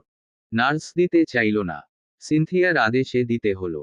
বুকের সাথে মিশিয়ে নিল প্রিয়ন্তী নরম কোমল দেহটাকে। কণ্ঠনালী ভেদ করে একটা প্রশ্ন বেরিয়ে আসে সিনথিয়ার লক্ষ্যে। ভাবি জানতো ওনার টুইন্স বেবি হবে? এ প্রশ্নের উত্তর আমার কাছেও নেই প্রিয়ন্তী। কোলের বাচ্চাটা নিয়ে সিনথিয়া সাফারাতের কাছে আসল। এখনো মানুষটা মাথা নত করে রেখেছে। হয়তো বাবা হওয়া কতটা কঠিন তা উপলব্ধি করতে পারছে সে। স্ত্রী ভিতরে ছটফট করছে তাকে বাবা হওয়ার মতন খুশির সঙ্গে সাক্ষাৎ করাতে, অথচ চেয়েও সে চৈত্র মাসের যন্ত্রণা কমাতে পারছে না। নিজেকে প্রচণ্ড অসহায় মনে হচ্ছে ওর। সবকিছু ধ্বংস করে ফেলতে মন চাইছে। কেন সুখ পেতে হলে দুঃখের সাথে লড়াই করতে হবে? দুঃখ না থাকলে সুখের মর্মার্থ নেই বলে। নেত্রদয় জ্বালা করছে। সামনে কারো উপস্থিতির আভাস মিলতেই সাফারাত মাথা তুলে তাকালো। চোখে বিঁধল সিনথিয়ার কোলে ভারী তোয়ালে পেঁচানো একটা বাচ্চা। তৎক্ষণাৎ সমগ্র শরীর ঝক্কি দিয়ে উঠল তার। তড়িঘড়ি করে দাঁড়িয়ে পড়ল সে। প্রশ্নবিদ্ধ দৃষ্টি নিক্ষেপ করল সিনথিয়ার দিক। হাসি মুখে সিনথিয়া বেবিটাকে এগিয়ে দিয়ে বলল, চৈত্র সুস্থ আছে। মা হয়ে গিয়েছেন তিনি। তোমারও চৈত্রর বেবি। সাফারাত মেয়েকে বুকের সাথে মিশিয়ে ফেলল। এক অদ্ভুত প্রশান্তিতে ভরে গেল বুকটা। এখন শুধু অপেক্ষা চৈত্রিকাকে এই বুকে মিশিয়ে নেওয়ার। সিনথিয়া ভালোভাবে চেয়ে দেখল সাফারাতের চোখ দুটো লাল, ঠোঁটের কোণে সুপ্ত হাসি। মেয়েকে বুকে জড়িয়ে ধরে চক্ষুদয় বুজে নিঃশ্বাস ফেলছে সে। স্বস্তির নিঃশ্বাস। এত সুন্দর মুহূর্ত কখনো দেখেনি সিনথিয়া। আয়ানের কাছ থেকে মোবাইলটা নিয়ে দ্রুত বেগে একটা ছবি তুলে নিল। স্মৃতির পাতায় আবদ্ধ করে নিল ভালোবাসাময় এই সময়, মুহূর্ত। ফাইয়াদ বারংবার চেষ্টা করছে প্রিয়ন্তীর কোল থেকে ছেলে বেবিটা নেওয়ার। হাস্যকর হলেও সত্য, সে আজ অবধি কোনো বাচ্চা কোলে নেয়নি। এখন মনটা বেশ আকুপাকু করছে বাচ্চা কোলে নেওয়ার জন্য। কিন্তু প্রিয়ন্তী নাছোড়বান্দা। কোনোমতেই দিতে রাজি নই। শেষমেশ উপায়ন্তর না পেয়ে প্রিয়ন্তীকে চাপা স্বরে ধমকে উঠল সে। প্রিয়ন্তীর যখন ভ্রুযুগল কিঞ্চিত ললাট ছুঁয়েছে, ফাইয়াদ দুষ্ট হেসে বলল, বেবিকে আমার কোলে না দিলে আমি তোমাকে কিস করব। লিপ কিস শস। তোমার হ্যান্ডসগুলো তো কালি নেই, কিভাবে আমাকে আটকাবে? প্রশ্নটা করে ভ্রু নাচালো ফাইয়াদ। প্রিয়ন্তীর দুই অধর কিঞ্চিত ফাঁকা হয়ে এলো। গর্জে উঠল ও জার্মানির বাচ্চা। অসভ্য, বেহা। সুযোগটা লুফে নিয়ে বেবিটাকে কোলে নিয়ে প্রগারোপার ফাইয়াদ। প্রিয়ন্তীর গালিগালাজ একটাও ঠাহর হয়নি তার। বাংলাটা কোনোরকমে আধো আধো হজম করলেও এসব গালিগালাজ শিখেনি। প্রথমবার এত ছোট বাচ্চা কোলে নেওয়ায় অতীব বেগ পোহাতে হচ্ছে ওকে। হিমশিম খাচ্ছে। তড়িৎ গতিতে সিনথিয়ার কাছে এসে ওর কোলে দিয়ে দিল। ছেলে বেবিটার কপালে আলতো করে চুমু খায় সিনথিয়া। হাসি মুখে বলল, সম্মুখে দাঁড়ানো মানুষটার নিমিত্তে একজনকে বুকে জড়িয়ে রেখে সুখের রাজ্যে পাড়ি দিলে হবে। আরেকজন অপেক্ষা করছে কিন্তু বুকে জায়গা পাওয়ার জন্য। কথাটা কর্ণধার হতেই চোখ মেলে তাকালো সাফারাত। সিনথিয়ার কোল জুড়ে আরো একটা বাচ্চার অবস্থান দেখে পুরো জাহান যেন থমকে যায় তার। অবাক স্বরে জিজ্ঞেস করল, এই বেবিটা, এটাও তোমারও চৈত্রর ছেলে বেবি? তুমি জানতে না তোমাদের টুইনস হবে? সাফারাত প্রিয়ন্তীর হাতে মেয়েকে তুলে দিয়ে ছেলেকে কোলে তুলে নিল। মায়ামো কণ্ঠস্বর তার। না, চৈত্রিকা কখনো আল্ট্রাসোনো করেনি ভয়। ওর ভয় হতো যদি জানতে পারে ছেলে হবে তাহলে নিশ্চয়ই আয়মানের মন ভেঙে যাবে, যা ও সইতে পারবে না। প্রথম প্রথম করালেও আর করেনি। ডাক্তার বলাও সত্ত্বেও না। শুধু এটাই বলতো, আল্লাহ এবার আমাদের ভালো রাখবেন। আয়মান এতক্ষণ দিব্যি ঘুমাচ্ছিল আয়ানের কাঁধে মাথা রেখে। মৃদু মৃদু কথার আওয়াজ ওর শ্রবণগ্রন্থিতে পৌঁছানো মাত্রই আখিদয় মেলে তাকালো। সাফারাত ও প্রিয়ন্তীর কোলে বাচ্চা দেখে নড়েচড়ে উঠল সে। দৌড়ে এসে মায়ের কোমর জড়িয়ে ধরল। বিচলিত কণ্ঠে বলে উঠল, মাম্মা বেবি, মামি মনি। সিনথিয়া প্রিয়ন্তীর কোল থেকে মেয়ে বাবুটা নিয়ে নিচু হয়ে বসল। চোখ দিয়ে ইশারা করল বাচ্চাটার দিকে তাকাতে। মায়ের দৃষ্টি অনুসরণ করে তাকালো আয়মান। ওর মুখ থেকে বেরিয়ে এলো, মাম্মা, আমার সুখ। ইয়েস মাই বয়। ছোট ছোট হাতে আঙ্গুল ঢুকিয়ে দিল আয়মান। উচ্ছ্বসিত কণ্ঠে বলে উঠল, can I kiss her? Cynthia ঘাড় কাত করে সম্মতি জানায়। গম্ভীরমুখ ছেলের এই আকস্মাৎ আচরণের পরিবর্তনে ওর হৃদযন্ত্র হিম হয়ে গেল, বরফে জমে গেল যেন। আয়মান ঝুঁকে চুমু খেল সুখের কপালে। অনিমেষনেত্রে তাকিয়ে রইল থুতুনির দিকটায়। চৈত্রিকাকে কেবিনে শিফট করা হয়েছে। মোটামুটি সুস্থ ও। তবে এখনো জ্ঞান ফিরেনি। কিন্তু তত সময় পর্যন্ত অপেক্ষা সম্ভব না সাফারাতের পক্ষে। মেয়ে ও ছেলেকে নিয়ে কেবিনে বসে রইল। ওদের দোলনায় শুইয়ে টুল টেনে বসল সাফারাত। অপলক, নির্নিমেষ চাউনি নিবন্ধ করে রাখল চৈত্রিকার জ্ঞানশূন্য চেহারা খানাতে। অধিক মলিনতায় ছেয়ে আছে মেয়েটার পুরো বদন। সাফারাত হাত বাড়িয়ে ওর সমস্ত মুখ স্পর্শ করল।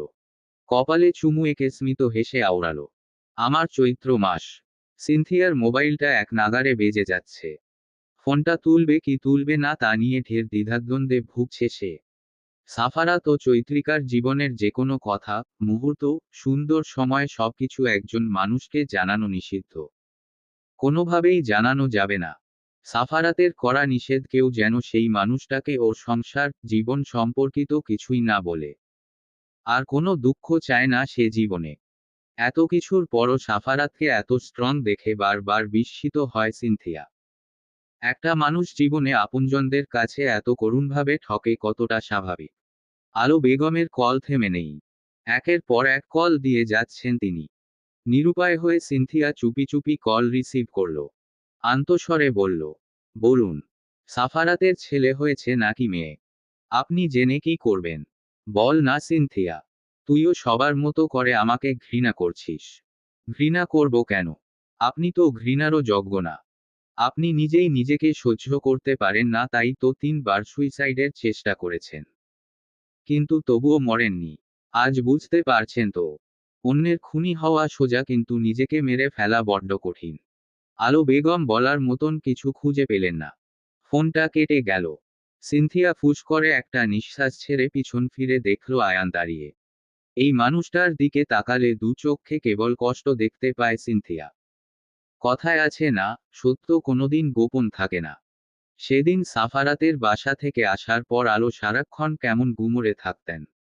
হুট করে সাফারাতের এ বাড়ি ছেড়ে চলে যাওয়া, আলো বেগমের সাথে দূরত্ব, সবকিছু অদ্ভুত লাগছিল সিনথিয়ার। সন্দেহ হচ্ছিল বেশ। মাঝে মাঝে নিজের মোবাইল ফেলে বাড়ির ল্যান্ডলাইন, ওর মোবাইল, আয়ানের, ক্যাথরিন সকলের মোবাইল থেকে বারবার সাফারাতকে ফোন করত। ওনার কণ্ঠ শুনলেই কল কেটে দিত সাফারাত। এমনকি চৈত্রিকা পর্যন্ত ওনার সাথে কথা বলে না, এতেই সন্দেহ আরও গভীর হয় সিনথিয়ার। এছাড়া আলো বেগমের কারণে ওরা ফ্ল্যাট পর্যন্ত পরিবর্তন করে ফেলে।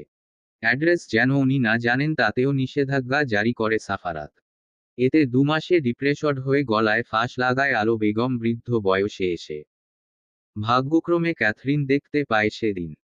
হসপিটালাইজ করার পর ডাক্তার জানান উনি মানসিক অশান্তিতে ভুগছেন। সাইক্রিয়াটিস্টের শরণাপন্ন হন উনি সিনথিয়ার জন্য বাধ্য হয়ে।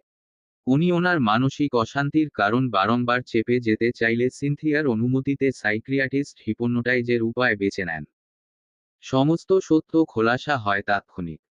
সিনথিয়া বিমূর্তায় বাকহারা হয়ে সেদিন আলো বেগমকে ক্লিনিকে রেখেই বেরিয়ে আসে।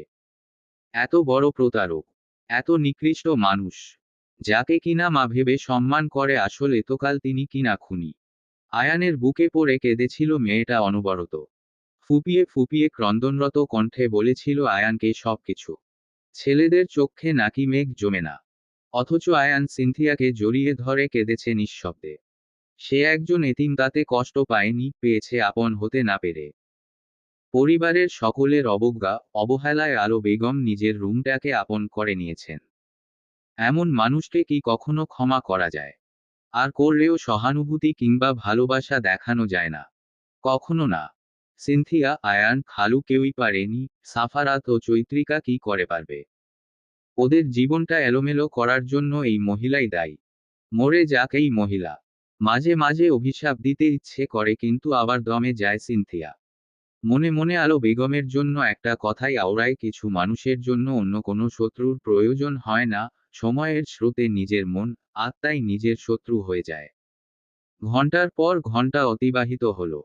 একটা সময় চোখ মেলল চৈত্রিকা। প্রথম যার মুখটা নয়নের মণিতে ভাসল, লোকটা ওর প্রাণপুরুষ, ভালোবাসা। ওর ফ্যাকাশে মুখটার পানে মন্ত্রমুগ্ধের ন্যায় চেয়ে থাকা সাফারাতের দিকে চেয়ে নিম্ন গলায় বলে উঠল, সুখ। সাফারাত এক ভ্রু উঁচিয়ে চাইল। ঈষৎ হাসিতে আচ্ছাদিত তার দুয়োধর। বুকটা ধক করে উঠে চৈত্রিকার সেই চাহনিতে, হাসিতে। শুনতে পায় প্রিয় কণ্ঠের ফিচেল স্বর। একটা সুখই চান। সাফারাতের দৈবাত রহস্যমাখানো প্রশ্নে চৈত্রিকার অস্থিরতা বেড়ে গেল। তবুও নিজেকে ধাতস্থ করে ম্লান হেসে বলল, এমন সুখ চাই যার সমাপ্তি নেই। আমাদের জীবনে দুটো সুখ এসেছে চৈত্র। প্রেমিকের সঙ্গে প্রেমিকার অভিমান লেগেই থাকে। প্রেমিকারা বড্ড অভিমান প্রিয় হয়। অভিমান করাও যেন একটি বিশেষ গুণ। এই গুণ যার নেই তার পক্ষে কখনো প্রেমিক কিংবা স্বামীর ভালোবাসাময় সিক্ত কণ্ঠনালী হতে অভিমানিনী সম্বোধন খানা শোনা হবে না। অভিমান করলেই তো তুমি বিবেচিত হবে অভিমানিনী হিসেবে। তেমনি জার্মানির আবহাওয়া ঢের অভিমান করে। ইউরোপ মহাদেশের অন্যতম দেশ জার্মানির যেন অভিমানের শেষ নেই। কখনো রৌদ্দুর হয়ে যায় তো কখনো মেঘ, কখনো তুষার হয় তো কখনো বা অগ্নি। একই দিনে ভিন্ন রূপ ধারণ করতে দেখা যায়।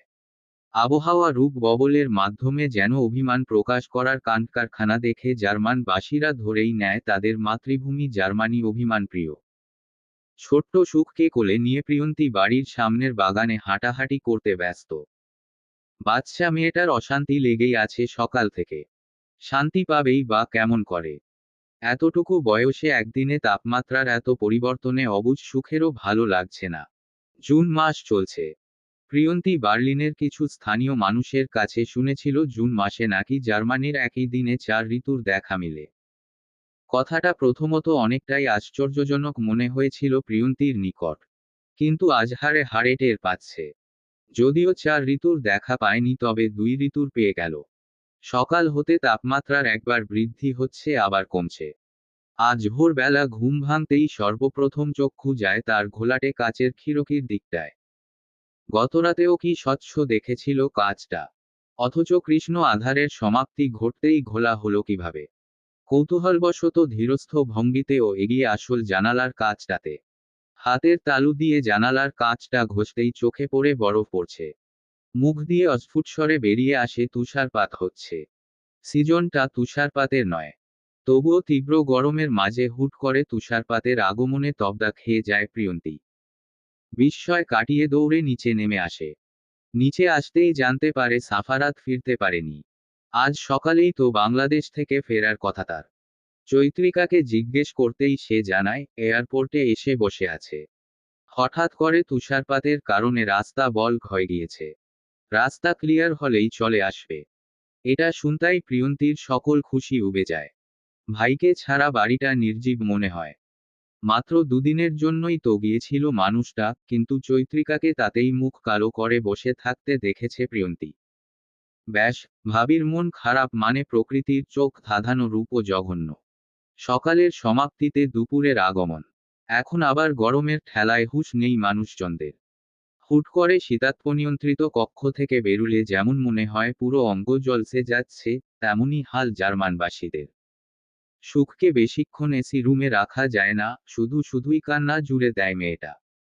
সাদিদকে কোলে নিয়ে ঘুম পাড়াচ্ছে চৈত্রিকা। তন্মধ্যে চিল্লিয়ে উঠে সুখ। তাই ওকে নিয়ে হাঁটতে বাগানে আসে প্রিয়ন্তী। বাড়ির সামনের স্থানটা বড় নয় খুব একটা। একদম মেইন রোডের সাথেই ওদের এই দুতলা বাড়ি। এখানে এসেছে কয়েক মাস ঘনিয়ে এসেছে। আগের ফ্ল্যাটটা ছেড়ে এই বাড়িটায় শিফট হয় ওরা। প্রিয়ন্তী পুতুলের মতো দেখতে সুখকে মুখের সামনে এনে ধরল। হেসে উঠল সুখ। হাসলে টোল পড়ে বাচ্চা এই মেয়েটার গালে। প্রিয়ন্তী মিষ্টি হেসে ওকে বুকে জড়িয়ে ফেলল।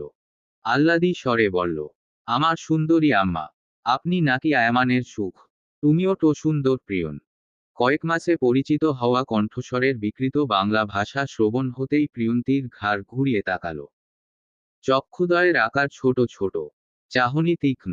ফাইয়াদ মাথা চুলকে ওর সামনে এসে দাঁড়ালো। ঠোঁটে ঠোঁট চেপে স্মিত হেসে বলল, তুমিও সুন্দর, অনেক সুন্দর। আপনি এখানে কি করছেন? হাত বাড়িয়ে সুখকে নিয়ে নিল ফাইয়াদ নিজের কাছে। ফাইয়াদের সঙ্গে বেশ সখ্যতা সুখের। দেখলেই পিটপিট করে চেয়ে থাকে। আদুরে ভঙ্গিতে হাসে। ফাইয়াদ ওকে কোলে নিয়ে বলে উঠল, মম আমার জন্য একটা মেয়ে দেখেছে বিয়ের জন্য। আমিও ছবি দেখেছি। এখন একটা কফি হাউজে দেখা করতে যাব। তুমিও যাবে আমার সাথে। তোমাকে নিতে এলাম। প্রিয়ন্তী হতবাক, নিস্তব্ধ। তার স্থবির দৃষ্টি জোড়া নিবন্ধ ফাইয়াদের দিক। আকস্মিক অন্তরটা প্রচণ্ড ব্যথা করছে ওর। কাপা কণ্ঠে তেজের অস্তিত্ব ঢেলে দিল। এ মুহূর্তে সহ্য হচ্ছে না ফাইয়াদকে।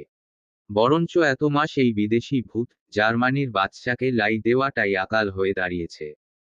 হঠাৎ করে বুকে যন্ত্রণার সূত্রপাত ঘটালো এই ছেলে। তেজি, রসপূর্ণ কণ্ঠস্বর প্রিয়ন্তীর। বিয়ে করবেন আপনি? আমি কেন যাব? আপনার আর আপনার ওই হবু বউয়ের মধুময় প্রেমলীলা দেখতে। ফাইয়াদকে ক্রোধানলে দগ্ধ করে দ্রুত বেগে প্রস্থানের জন্য উদ্যত হয় প্রিয়ন্তী। নেত্র কার্নিশ বেয়ে এক বিন্দু জলও গড়িয়েছে, তবে তা উপস্থিত মানুষটার অলক্ষ্যে, আড়ালে। ওকে যেতে দেখে ব্যগ্র, উত্তেজিত গলায় ডেকে উঠল ফাইয়াদ। প্রিয়ন। একদম প্রিয়ন ডাকবেন না। প্রিয়ন্তীর থমকে যাওয়া পা দুটোর দিকে এক পলক চেয়ে ফায়াদ নত মস্তকেই কয়েক পা এগিয়ে আসল। দুজনকার মধ্যবর্তী পার্থক্য খুবই ক্ষীণ এবং কিঞ্চিত। ফায়াদ মুখ এগিয়ে আনল প্রিয়ন্তীর কানের অতীব নিকটস্থে। হৃদয়ের গতি নিয়ন্ত্রণ হারা হয়ে পড়ল ওর। আমতা আমতা করে ফায়াদকে কিছু বলবে তার পূর্বেই সে বলে উঠল, আমাকে বারণ করো না প্রিয়ন। এই ডাকে আমি ভালোবাসা খুঁজে পাই। এটা ভালোবাসার ডাক। অনুভূতিরা পাখনা মেলে উড়ার তোড়জোড় চালাচ্ছে। হৃৎপিণ্ড লাভ শব্দ সৃষ্ট করছে। শিহরণ বয়ে যাচ্ছে প্রিয়ন্তীর শিরা উপশিরায়, রন্ধ্রে রন্ধ্রে। ফায়াদের ঘাড়ে সূক্ষ্ম নিঃশ্বাস ছুঁয়ে দিল।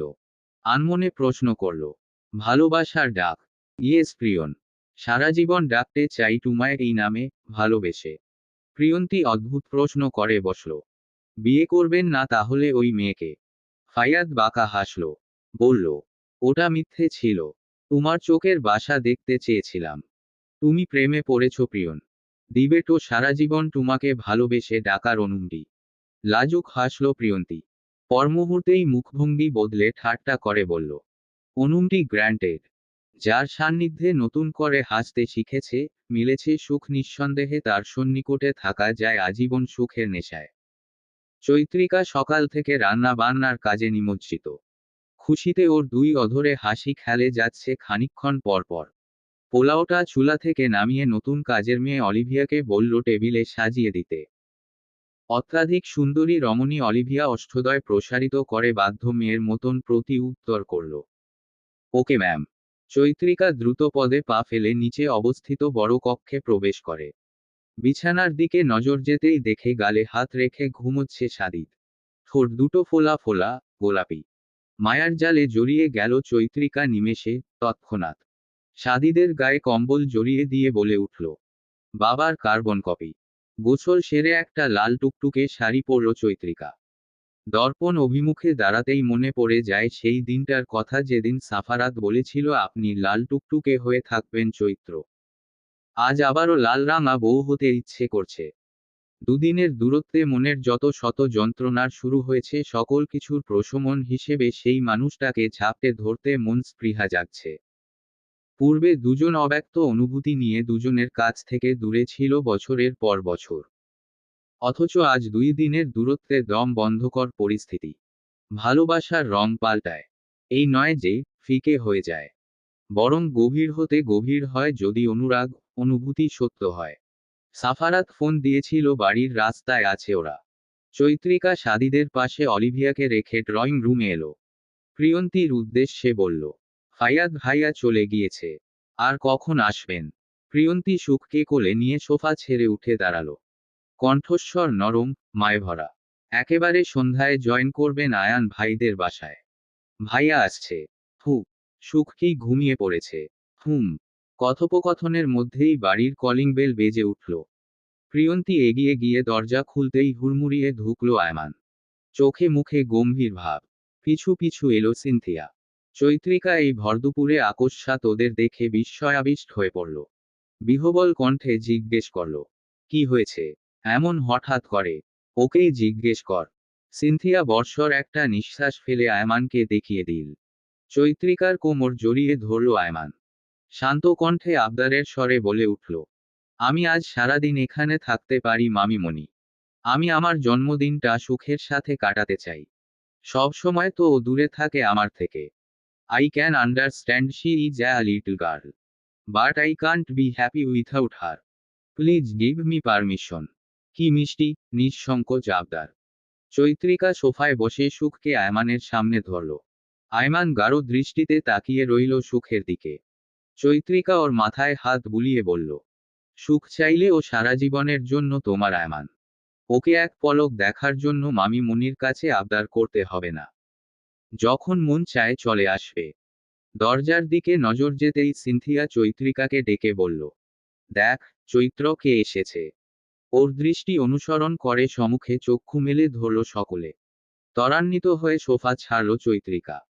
সাফারাতের পাশে মাকে এত মাস পর দেখতে পেয়ে ওর চোখ ভিজে উঠল। ঝড়ের বেগে গিয়ে শক্তপোক্ত বাঁধনে বেঁধে নিল ফাহমিদা বেগমকে। তিনিও মেয়েকে জড়িয়ে ধরে মাথায় চুমু খেলেন। বললেন, কেমন আছিস মা? চৈত্রিকা নির্বাক। কথা বলতে ভুলে গিয়েছে যেন। ফাহমিদা হেসে বললেন, চমকে গিয়েছিস তাই না? আমার সামনের মাসে আসার কথা ছিল, কিন্তু আজকে কিভাবে? মাথা নেড়ে সম্মতি জানালো ও। সত্যিই ফাহমিদার সামনের মাসে আসার কথা। কয়েকদিন আগেও সাফারাত বলছিল ভিসা সংক্রান্ত জটিলতা রয়েছে, মাকে এখন আনা সম্ভব না। সাফারাত তো বাংলাদেশ অফিসের কিছু কাজে গিয়েছিল। তাছাড়া সিয়া মায়ের কবর জিয়ারত করতে। কিন্তু এমন সারপ্রাইজ ভাবে কল্পনায়ও ভাবেনি চৈত্রিকা। সারপ্রাইজ? তার মানে সাফারাত ওকে সারপ্রাইজ দিয়েছে? আর চোখে তাকালো ও সাফারাতের দিকে। সাফারাত ওর দৃষ্টি দেখে হনহনিয়ে চলে গেল সামনে। মেয়ের কপালে চুমু এঁকে রুমে চলে গেল। এই মানুষটা এমন কেন? চৈত্রিকা বুঝে পায় না। ওর এক একটা মুহূর্ত আনন্দময় করে তোলার জন্য যা দরকার তা সাধ্যমতো চেষ্টা করে সাফারাত। সাফারাত নিয়ে এলো আমাকে। আমার টিকেট কাটা হয়েছিল, আমি তোকে জানাবো বললে সাফারাত বলে তোকে চমকে দিতে। আসলেই ওর কথাটা না শুনলে তোর এই সুন্দর, চমকপ্রদ চেহারাখানা দেখার সৌভাগ্য হতো না আমার। চৈত্রিকা মৃদু হাসল। কণ্ঠস্বর ঈষৎ মিহি। মিমু কেমন আছে? আর বলিস না, ও তো আসতে চাইছিল। এমনিতেই জার্নিতে অনভ্যস্ত মেয়েটা। গর্ভবতী অবস্থায় এত ধকল নিতে পারবে না, তাই দিহানের কড়া নিষেধে আসতে পারল না। আমি আসার সময় কাজ ছিল। একবার বেবি হয়ে গেলে দিহান নিয়ে আসবে ওকে। ফাহমিদাকে রুম দেখিয়ে গুটি গুটি পায়ে হেঁটে এসে চায়ের কাপটা বিছানার পাশে অবস্থিত সেন্টার টেবিলের উপর রাখে চৈত্রিকা। অপেক্ষা প্রিয় মানুষটার। সাদিদকে নিয়ে গেছে সিনথিয়া বাহিরে। সুখ, সাদিদ দুজনেই সিনথিয়া ও আয়মানের কাছে। ওয়াশরুমের দরজা খুলে সাফারাত বেরিয়ে এলো। উদম উন্মুক্ত সুঠাম দেহে জল ধারা নেমে যাচ্ছে ফোঁটায় ফোঁটায়। তোয়ালে দিয়ে চুল মুছতে মুছতে সাফারাত চিরচেনা গম্ভীর স্বরে বলে উঠল, সাদিদ কোথায়? চুমু খাননি ওর কপালে? সোজা সাপটা প্রশ্ন চৈত্রিকার। তবে কণ্ঠ খাদে। খেয়েছি। নিত্যকার অভ্যেসের পরিবর্তন কখনো হবে না। কিন্তু একজনকে চুমু খাওয়া বাকি আছে। দুঅধর চেপে দুষ্টমির স্বরে বলে উঠল সাফারাত। চৈত্রিকা মাথা নত করে ফেলল। চিবুকে হাত রেখে ওর মুখটা উপরে তুলে ললাটে ওষ্ঠের প্রগাঢ় গভীর স্পর্শ দেয় সাফারাত। ধীরে ধীরে সরে গিয়ে চায়ের কাপ তুলে এক চুমুক বসায়। তখনও চৈত্রিকার সারা মুখশ্রী লালচে আবিরে মাখো মাখো। চায়ের কাপটা শব্দ সৃষ্ট করে টেবিলে রেখে গায়ে কালো একটা টি শার্ট জোড়ালো সাফারাত।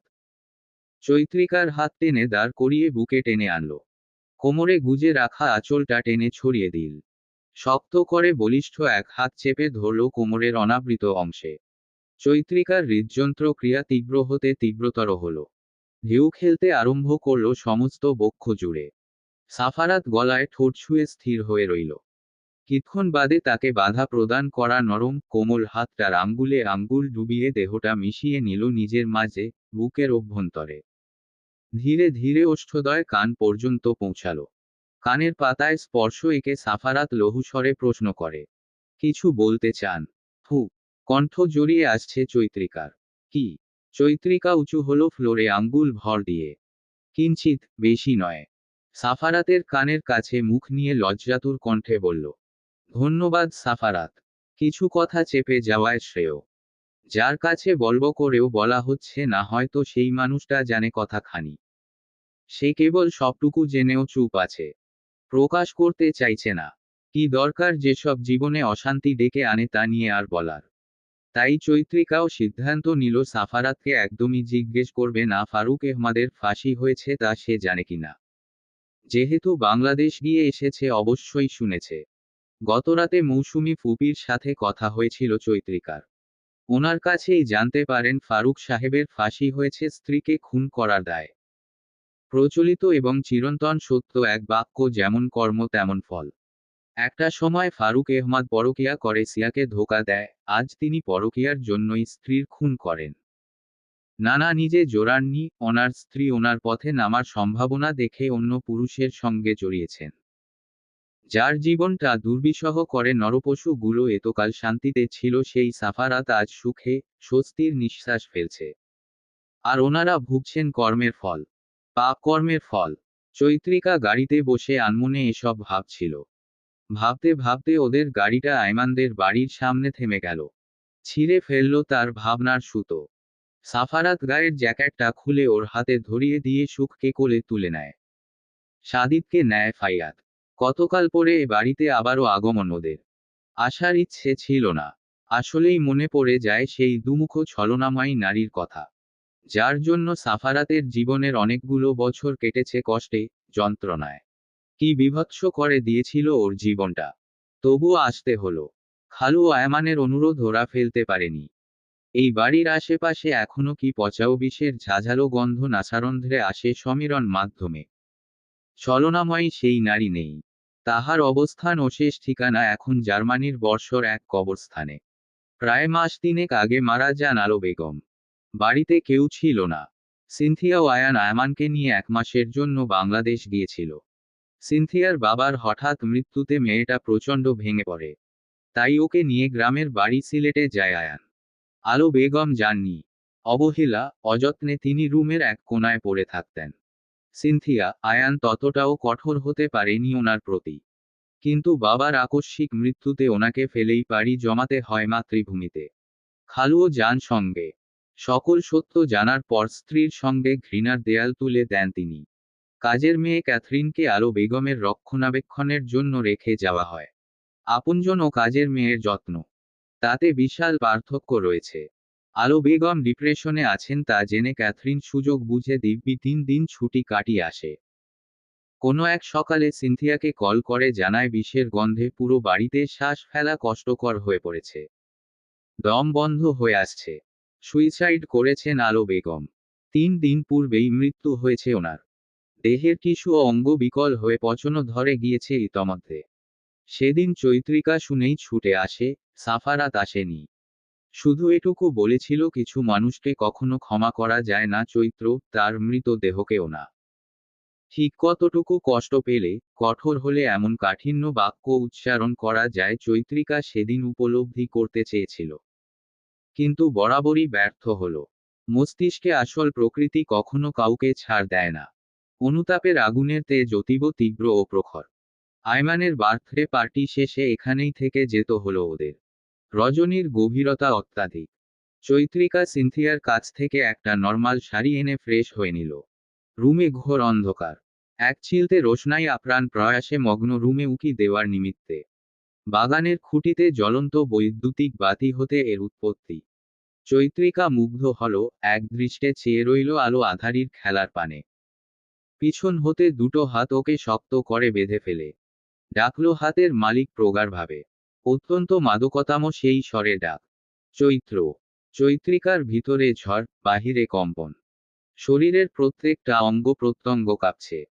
হুট করে সাফারাতের স্পর্শে তরঙ্গ খেলে যায় সমগ্র কায়। গতিহারা হৃৎপিণ্ডের ধুকপুকানি শব্দ বোধ হয় সাফারাতের কর্ণগহ্বরে অনায়াসে পৌঁছে যাচ্ছে। চৈত্র। আবারও ডাক। সেই সাথে জবাব। জি। সুখী তো আপনি আমার সাথে। চৈত্রিকা বাকরুদ্ধ। পরিস্থিতি হয়ে উঠেছে অস্থির। ওকে কখনো এ ধরনের প্রশ্ন করেনি সাফারাত। হাত ছাড়িয়ে সাফারাতের দিকে ঘুরে দাঁড়ালো সে। অল্প স্বল্প আলো এসে ঠিকরে পড়ছে উজ্জ্বল মুখটায়। চক্ষু জোড়ার দৃষ্টি মোহনীয়, নেশালো। সাফারাতের ঠোঁটের কোণে হাসি। এক ভ্রু উঁচিয়ে নির্নিমেষ চেয়ে আছে জবাবের প্রতীক্ষায়। মাঝে মাঝে অনেক অপ্রকাশিত কথা আমরা চাই প্রকাশিত হোক।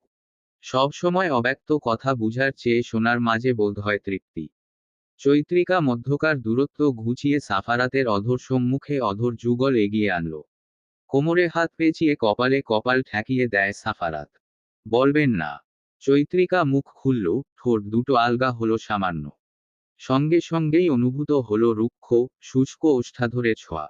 অতঃপর 2 অধরের সন্ধি। সাফারাত পুনর্বার ফিচেল স্বরে বলে উঠল। এবার বলুন, জীবনে সুখ বলতে কি? তা আমি বুঝো হওয়ার পর কখনো বুঝিনি। বাবার অবহেলা, আপনজনদের অপাডাক, মেয়ে হয়ে জন্মে এই সমাজে নানা খারাপ মানুষের জঘন্য কটূক্তি সবকিছুতে আমার ভেতরটা দুমড়ে মুচড়ে যেত। ভাবতাম একটু কি সুখ আমি পাবো না। আমার ফাটলকৃত জীবনটায় আপনি আসলেন। সুখের সাথে আমাকে সাক্ষাৎ করালেন। হয়ে উঠলেন আমার সুখ। সুখ বলতেই আপনাকেই বুঝি সাফারাত। শুধুই আপনি। আমার কাছে ব্যাখ্যা করার জন্য শব্দের অভাব। কিন্তু আপনি আছেন। তবুও কি শব্দমালার প্রয়োজন রয়েছে? আপনার সাথে সুখী হব না এমনও কি হয়? সমাপ্ত।